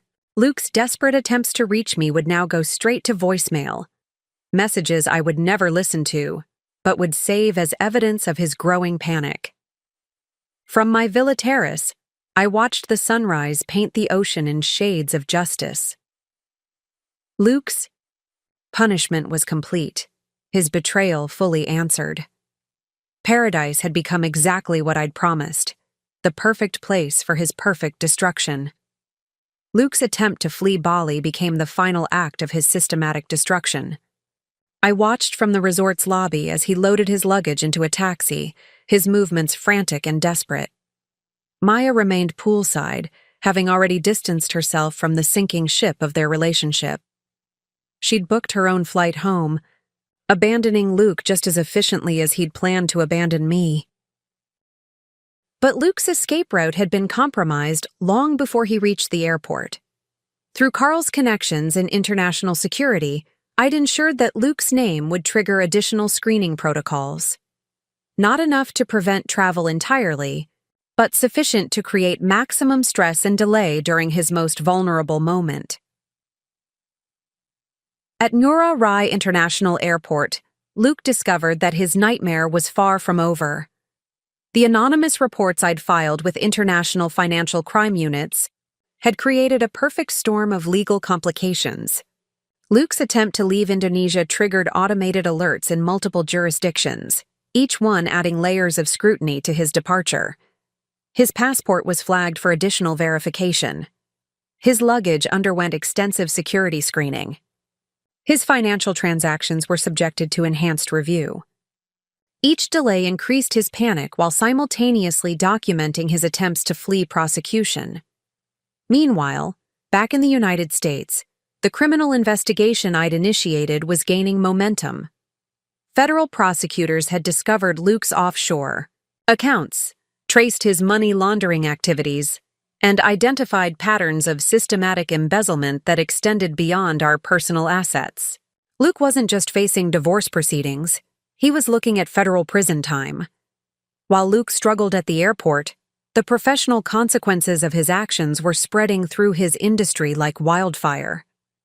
Word of his termination for embezzlement had reached his professional network, destroying relationships built over decades of careful cultivation. His former clients were distancing themselves, concerned about potential legal liability from association with a suspected financial criminal. His colleagues were declining to provide references or recommendations. His professional reputation, once his greatest asset, had become his most devastating liability. The regulatory bodies governing financial services had been notified of his misconduct. His professional licenses were under review for immediate revocation. Even if he avoided criminal conviction, Luke would never work in finance again. Maya's social media presence, which had provided such valuable intelligence during my planning phase, became the vehicle for Luke's public humiliation. Her Instagram account, still public and unfiltered, contained months of evidence documenting their affair and Luke's theft of marital assets. Anonymous accounts, created and managed by my professional network, began systematically sharing Maya's posts with detailed commentary about the timeline of their relationship. Luke's theft of my money to fund romantic getaways was exposed in vivid detail, complete with location data and expense documentation. The social media campaign wasn't vindictive, it was factual. Every post was accurate, every comment was truthful, every share was legitimate. But the cumulative effect was devastating. Luke's personal life became a public case study in financial fraud and marital betrayal. The fictional medical emergency that had driven Luke to flee Bali became the source of his most painful humiliation. When he finally reached Portland and attempted to visit the hospital where his sister Patricia was supposedly dying, he discovered that no such patient existed.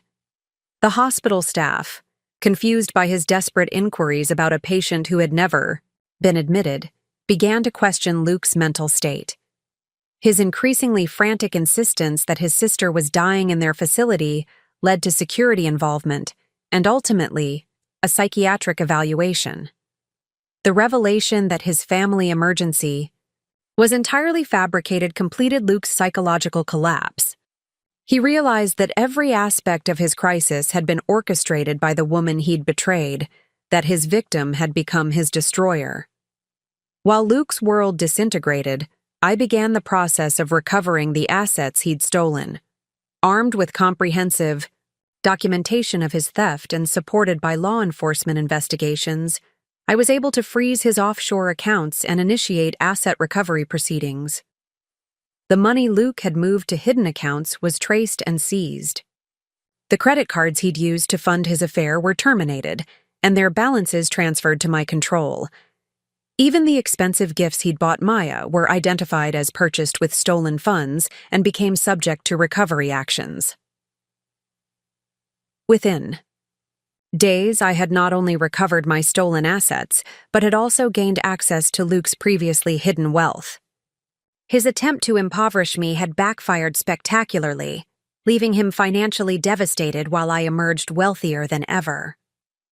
Luke's return to the United States marked the beginning of his complete social and professional isolation. His friends distanced themselves from the scandal, his family questioned his mental stability, and his former colleagues treated him as a cautionary tale. The man who had once commanded respect in boardrooms and social circles found himself unemployable, unmarketable, and utterly alone.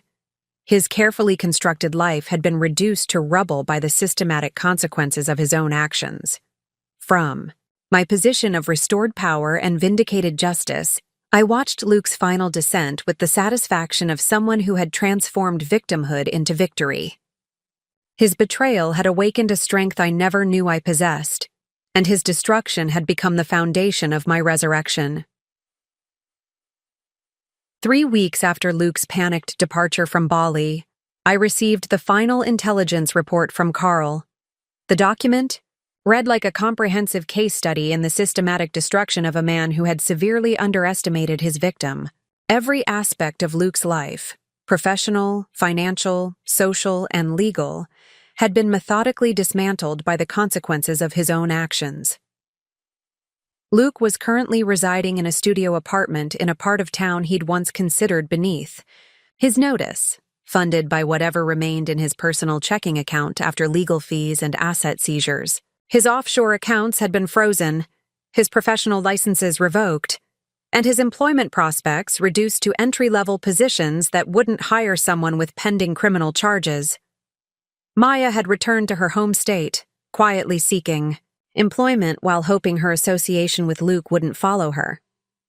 Her social media presence, once a carefully curated display of luxury lifestyle, had been scrubbed clean of any evidence of their relationship. She was learning that being the other woman came with professional and social consequences that extended far beyond the affair itself. The divorce proceedings had been remarkably swift and decisive.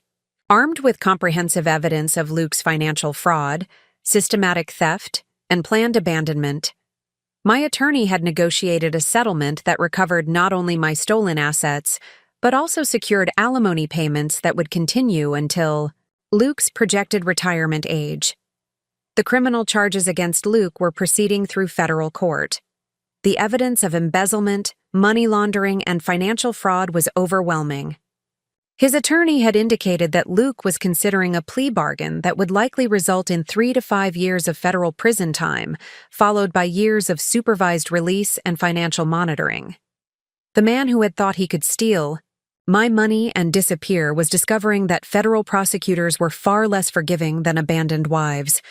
His attempts to manipulate the system had only provided more evidence of his criminal mindset and lack of remorse.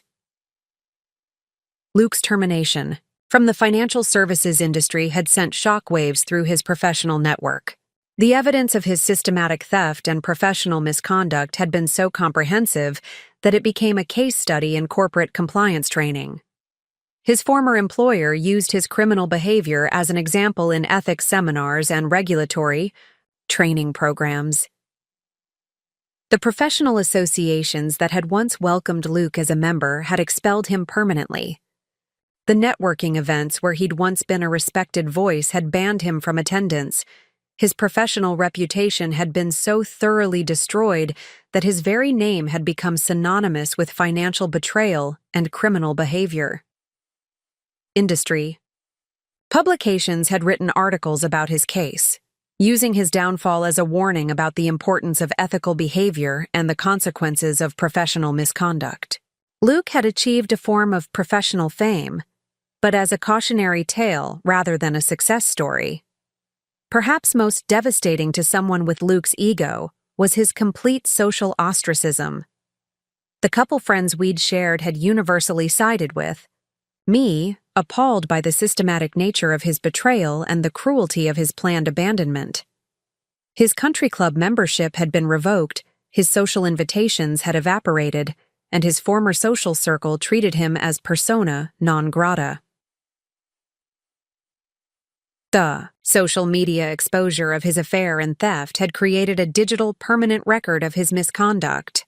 Potential employers, landlords, and even dating prospects could easily discover the full scope of his betrayal through simple internet searches. Luke's attempt to create a new life had been thwarted by the indelible record of his old crimes. Through discreet monitoring and occasional reports from mutual acquaintances, I maintained awareness of Luke's continued struggles. He had attempted to rebuild his life multiple times, only to have his past resurface at crucial moments. Job interviews ended when background checks revealed his criminal record. Potential relationships collapsed when women discovered his history of financial fraud and marital betrayal. Luke was discovering that some consequences are permanent, that some betrayals create damage that can never be fully repaired. His attempt to escape his responsibilities had created a lifetime of diminished opportunities and social isolation. As I reviewed the final intelligence report from my penthouse office, purchased with assets recovered from Luke's theft, I felt a profound sense of completion. The woman who had been abandoned at an airport had become someone far stronger, more capable, and more successful than she'd ever imagined possible. Luke's betrayal had awakened abilities I never knew I possessed. His systematic theft had taught me the value of financial independence and strategic planning. His cruelty had revealed my capacity for comprehensive justice. The aftermath was exactly what I'd intended. Complete consequences for complete betrayal. Permanent accountability for attempted permanent abandonment. Luke had learned that some victims refuse to remain victims, and that some women are far more dangerous than they appear. 6 months after that devastating morning at the airport, I stood in my new corner office overlooking the city skyline, a space I'd purchased with assets recovered from Luke's failed theft. The woman reflected in the floor-to-ceiling windows bore little resemblance to the naive wife who had planned an anniversary trip to save her marriage. The old Rose had been accommodating, trusting, willing to make excuses for behavior that should have been inexcusable. She had softened her own edges to avoid conflict, diminished her own needs to maintain peace, and convinced herself that love meant accepting betrayal with patience and understanding. That woman was gone, replaced by someone infinitely more formidable. Luke's betrayal had been intended to destroy me, to leave me financially ruined and emotionally devastated while he built a new life with stolen resources. Instead, his systematic theft and calculated cruelty had awakened capabilities I never knew I possessed. I had learned that I was capable of strategic thinking that rivaled military tacticians. I had discovered reserves of emotional strength that could withstand psychological warfare. I had found that my professional skills, properly applied, could dismantle an enemy's life with surgical precision. Most importantly, I had realized that some people mistake kindness for weakness, forgiveness for gullibility, and love for stupidity. Luke had made that mistake, and it had cost him everything. The final piece of my satisfaction came from knowing that Luke's punishment was entirely self-inflicted. I hadn't destroyed his life through illegal actions or unethical behavior. I had simply ensured that the consequences of his own choices followed him completely and permanently. His financial crimes had been real, documented, and prosecuted according to law. His professional misconduct had been genuine, witnessed and reported through proper channels. His personal betrayals had been systematic, calculated, and exposed through factual evidence. Every consequence Luke faced was earned through his own actions. I had merely prevented his escape from accountability. As I closed the final chapter, on this experience I felt no regret for the woman I'd been or the actions I'd taken. Luke's betrayal had taught me that some situations require strategic response rather than emotional reaction, that some people understand only consequences rather than compassion. My phone buzzed with a text from Evelyn inviting me to dinner, to celebrate the 1-year anniversary of my liberation, as she called it. The date held significance, exactly 1 year since I'd booked that first-class ticket to Bali and begun my transformation from victim to victor. That evening, as I prepared to meet Evelyn for our celebration dinner, I reflected on the unexpected gift Luke had given me through his betrayal. His attempt to destroy my life had instead revealed my true strength. His theft of my money had led to greater financial success, and his abandonment had freed me from a marriage built on deception. Dressed in the designer dress I'd bought with assets recovered from Luke's offshore accounts, applied makeup with hands that no longer trembled with betrayal, and smiled with genuine happiness for the first time in years. Luke was currently serving the second year of his federal prison sentence, learning that actions have consequences, and that some women are far more dangerous than they appear. Maya was working as a receptionist in another state, discovering that affairs with married men rarely lead to fairy tale endings, and I was living proof that sometimes the best revenge is not just living well, but thriving beyond your enemies' wildest nightmares. The woman who had been abandoned at an airport had become someone who would never be abandoned again, because she had learned to value herself too highly to accept betrayal and respect herself too much to tolerate deception. Luke had wanted to escape our marriage. Instead, he had created the woman of his nightmares, someone who remembered everything, forgave nothing, and possessed the skills to ensure that justice was both comprehensive and permanent. Paradise, it turned out, belonged to those who refused to be victims. Up next, you've got 2 more standout stories right on your screen. If this one hit the mark, you won't want to pass these up. Just click and check them out. And don't forget to subscribe and turn on the notification bell so you don't miss any upload from us.